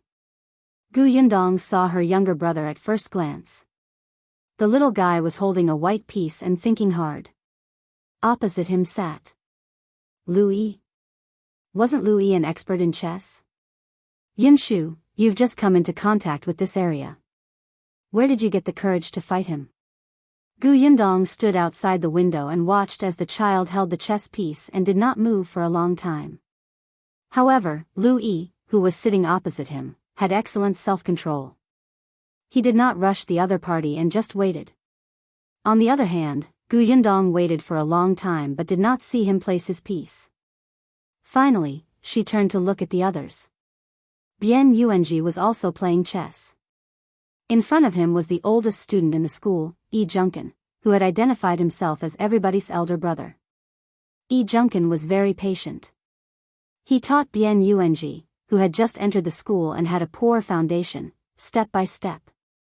He even enjoyed this process of teaching. The last time Yunshu celebrated his birthday, he had taught Xingjia and the others very gently. It had almost made brother Xingjia and even Niu Dan call him teacher. Now that he was facing Bian Yuanzhi, he used all his patience to tell the guy what to do step by step from scratch. His voice was neither fast nor slow, as if the wind was blowing. Bian Yuanzhi, who was originally a little nervous, slowly relaxed. He followed his rhythm and changed from not daring to casually place a piece to being able to analyze the situation by himself. Gu Yundong felt very relieved as she watched Bian Yuanzhi gradually walk out of the shadow of the old Gu family. She had always been worried that after Bian Yuanzhi experienced those things, he would not be able to open his heart and accept others. He would feel that he was an outsider living under someone else's roof and live cautiously, not even daring to speak loudly. Fortunately, with Yunshu around, there were these cute classmates. When Gu Yundong returned from Wanqing Prefecture this time, she could clearly feel that he had become much more cheerful and confident. Studying was indeed very useful. Gu Yundong smiled, retracted her gaze, and looked at the others in the classroom. Other than a few impatient students who scratched their heads and ears and kept moving their butts, everybody looked very serious. Even though they were not very old, they looked like they were experienced when holding chess pieces. The teacher didn't care much either. He was reading a chess manual by himself. Occasionally, he would raise his head to take a look. Most of the time, he let the students play freely. Finally, Gu Yundong looked at his younger brother again. Seeing that he finally placed the white piece in his hand slowly on the chessboard, she actually heaved a sigh of relief. When it was Liu Wei's turn, he moved quickly, picking up the black piece and placing it neatly. Gu Yundong thought that her younger brother would probably have to wait for a long time. Unexpectedly, just as Liu Wei retracted his hand, he heard Gu Yunshu's clear voice. "No, you can't do it here." Liu Wei was in a daze. He watched as Gu Yunshu picked up the chess piece he had just placed and stuffed it back into his hand. He could not help but ask curiously, "Why can't I go down here?" Liu Wei looked at it carefully. It did not violate the rules. Wasn't it normal to play that move? Chapter 558, My big sister said it. He looked at Gu Yunshu with sincerity and curiosity. Gu Yunshu also told him very seriously, "Of course you can't go down here. Look, if you go down here, I can only go down there. Then you go down here, and then follow closely. You'll lose." Xiaoyu, who was playing chess at the side, almost choked on his own saliva when he heard his words. Liu Wei was also speechless. "It's fine if you lose. I'm good at chess. It's normal that you can't compare to me. It's not embarrassing to lose. You've misunderstood. I'm not afraid of losing face. I'm actually doing this for your own good, Gu Yunshu said sincerely and solemnly. This time, Louis didn't quite understand. What do you mean? Think about it. We're learning to play chess, so you definitely hope that the more you play, the better at it you become. If you play with me, won't it be boring to win in such a short time? But no one here is your match, so you're the only one you have to challenge. Then how, should I challenge myself? Lu Yi asked humbly. You have to turn the impossible into a possibility, Gu Yunshu suggested kindly. Look, your chess piece should be placed here, so I can stop you. Then do you think that it won't be so easy to win this chess game? You have to challenge this difficulty. Think about it. I made a lousy move, but I still have the ability to turn the tables. Wouldn't that be challenging yourself? Lu Yi's eyes lit up. That makes sense. The people beside him actually felt that this theory was not wrong at all. Gu Yundong's eyes almost popped out. This worked. Even the teacher, who was sitting not far away and reading the chess records, could not help but twitch his lips. He glanced at Gu Yunshu and pitied Lu Yi. As expected, Lu Yi really listened to his suggestion and placed the chess piece in the position that Gu Yunshu had mentioned. Gu Yunshu immediately placed the white chess piece happily. Alright, it was Lu Yi's turn to frown and think for a long time. After 2 or 3 steps, Gu Yunshu placed the white chess piece on the chessboard and jumped up from his seat. I won, ha ha ha, I won. Thank you everyone for your support and love for me. I couldn't get to where I am today without everyone's help and care, especially Lu Yi. He sacrificed himself to help me. I'm so touched. He was overjoyed. He ran around the classroom, his face flushed with excitement. On the other side, Lu Yi was still holding the black piece with a dumbfounded expression. He won. Gu Yunshu was overjoyed and ran back to Lu Yi's side. He patted his shoulder and comforted him. It's all right. You just didn't succeed in challenging yourself. It's not embarrassing to lose to me. Gu Yundong covered her face. No, this was not her brother. However, the teacher could not help but pick up a chess piece and throw it at him. What are you happy about? It's an unfair victory. Gu Yunshu said confidently and puffed out his chest. Then do you think that what I said just now was wrong? The teacher choked. It really seemed to be true. My elder sister said that it's my ability to fool people until they're crippled. The little guy looked very proud. Gu Yundong, no, I never said that. Don't spout nonsense. Now do you know how much you've led the children astray? Qin Wenzheng's familiar voice suddenly came from behind. Gu Yundong suddenly turned her head and saw that her father and Qin Wenzheng had arrived at some point. It seemed like they had watched the entire scene. Qin Wenzheng snorted. Come over. I have something to tell you. Chapter 559, Plans for Gu Dajiang. Gu Yundong looked at Gu Dajiang guiltily. She really didn't. Yunshu had figured it out himself.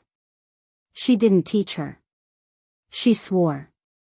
Gu Dajiang didn't say anything, but his expression was very gentle. He didn't mean to blame her. Gu Yundong glanced at the classroom again before following Qin Wenzheng to the side. What do you want to tell me? Gu Yundong asked. However, Qin Wenzheng glanced at Gu Dajiang and asked her, Your father has already been found. What are your plans for him from now on? Plans? Gu Yundong found it strange. He's my father. I don't need to plan for him. My father can do whatever he wants. Then have you ever thought of letting him study at the academy again? Gu Yundong was stunned for a moment before her eyes lit up. That's right. His father liked to read so much that he could pick up the textbooks and study again. In the past, their family was poor. Now that the conditions allowed it, there was no problem at all. Gu Yundong thought in frustration that she had been restricted by her inherent thinking. After all, Gu Dajiang already had a son and a daughter. He had worked for so long that it was difficult for him to associate him with school. However, this was ancient times.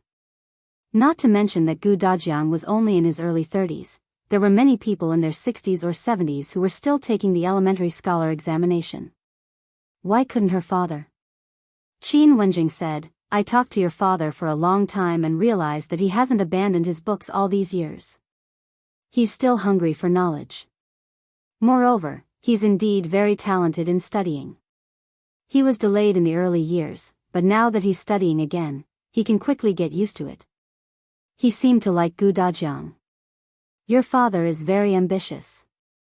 All these years, he has been a small accountant in a restaurant. It's really wasting his talent. In my opinion, his knowledge is better than those elementary scholars. Yuanzhi's talent is probably inherited from him. He's a good seedling. Gu Yundong nodded. You're right. I'll persuade my father to study. After a pause, she suddenly thought of something and frowned. But there doesn't seem to be a suitable academy in Fengkai County. Qin Wenjing was teaching children here, and he was also very busy. Her father was not suitable to be here either. Dongyi Academy was also famous, but Gu Yundong did not like the atmosphere there, so she did not consider it at all. There was also the county school. However, her father had not even participated in the preparation scholar exam and could not meet the admission standards of the county school. The others were just some small private schools. The teachers were all elementary scholars. They only taught people how to read, so they couldn't teach Gu Dajiang. Qin Wenjing glanced at her and said coldly, just you wait. With that, he turned around and left. Gu Yundong laughed and leaned against a pillar at the side. She really waited obediently. Not long after, Qin Wenjing walked back. This time, there was a letter in his hand. The mountain elder of Tianhai Academy in the prefectural city of the Shuanhe Prefecture has some ties with me. When the time comes, you and your father will bring this letter to visit him. As long as your father's knowledge passes his test, he can enter Tianhai Academy. Keep it well and don't drop it. Gu Yundong blinked. You want my father to study in the prefectural city? She had indeed said that to get Qin Wenjing to help introduce her father, but at most, she thought that her father would go to the county to study. As long as Qin Wenjing proved that Gu Dajiang's knowledge was not inferior to those elementary scholars, it was not impossible for the county school to make an exception. In any case, when the exam came, he could just take the preparation scholar exam and come back. Unexpectedly, Qin Wenjing gave a recommendation letter for the prefecture capital.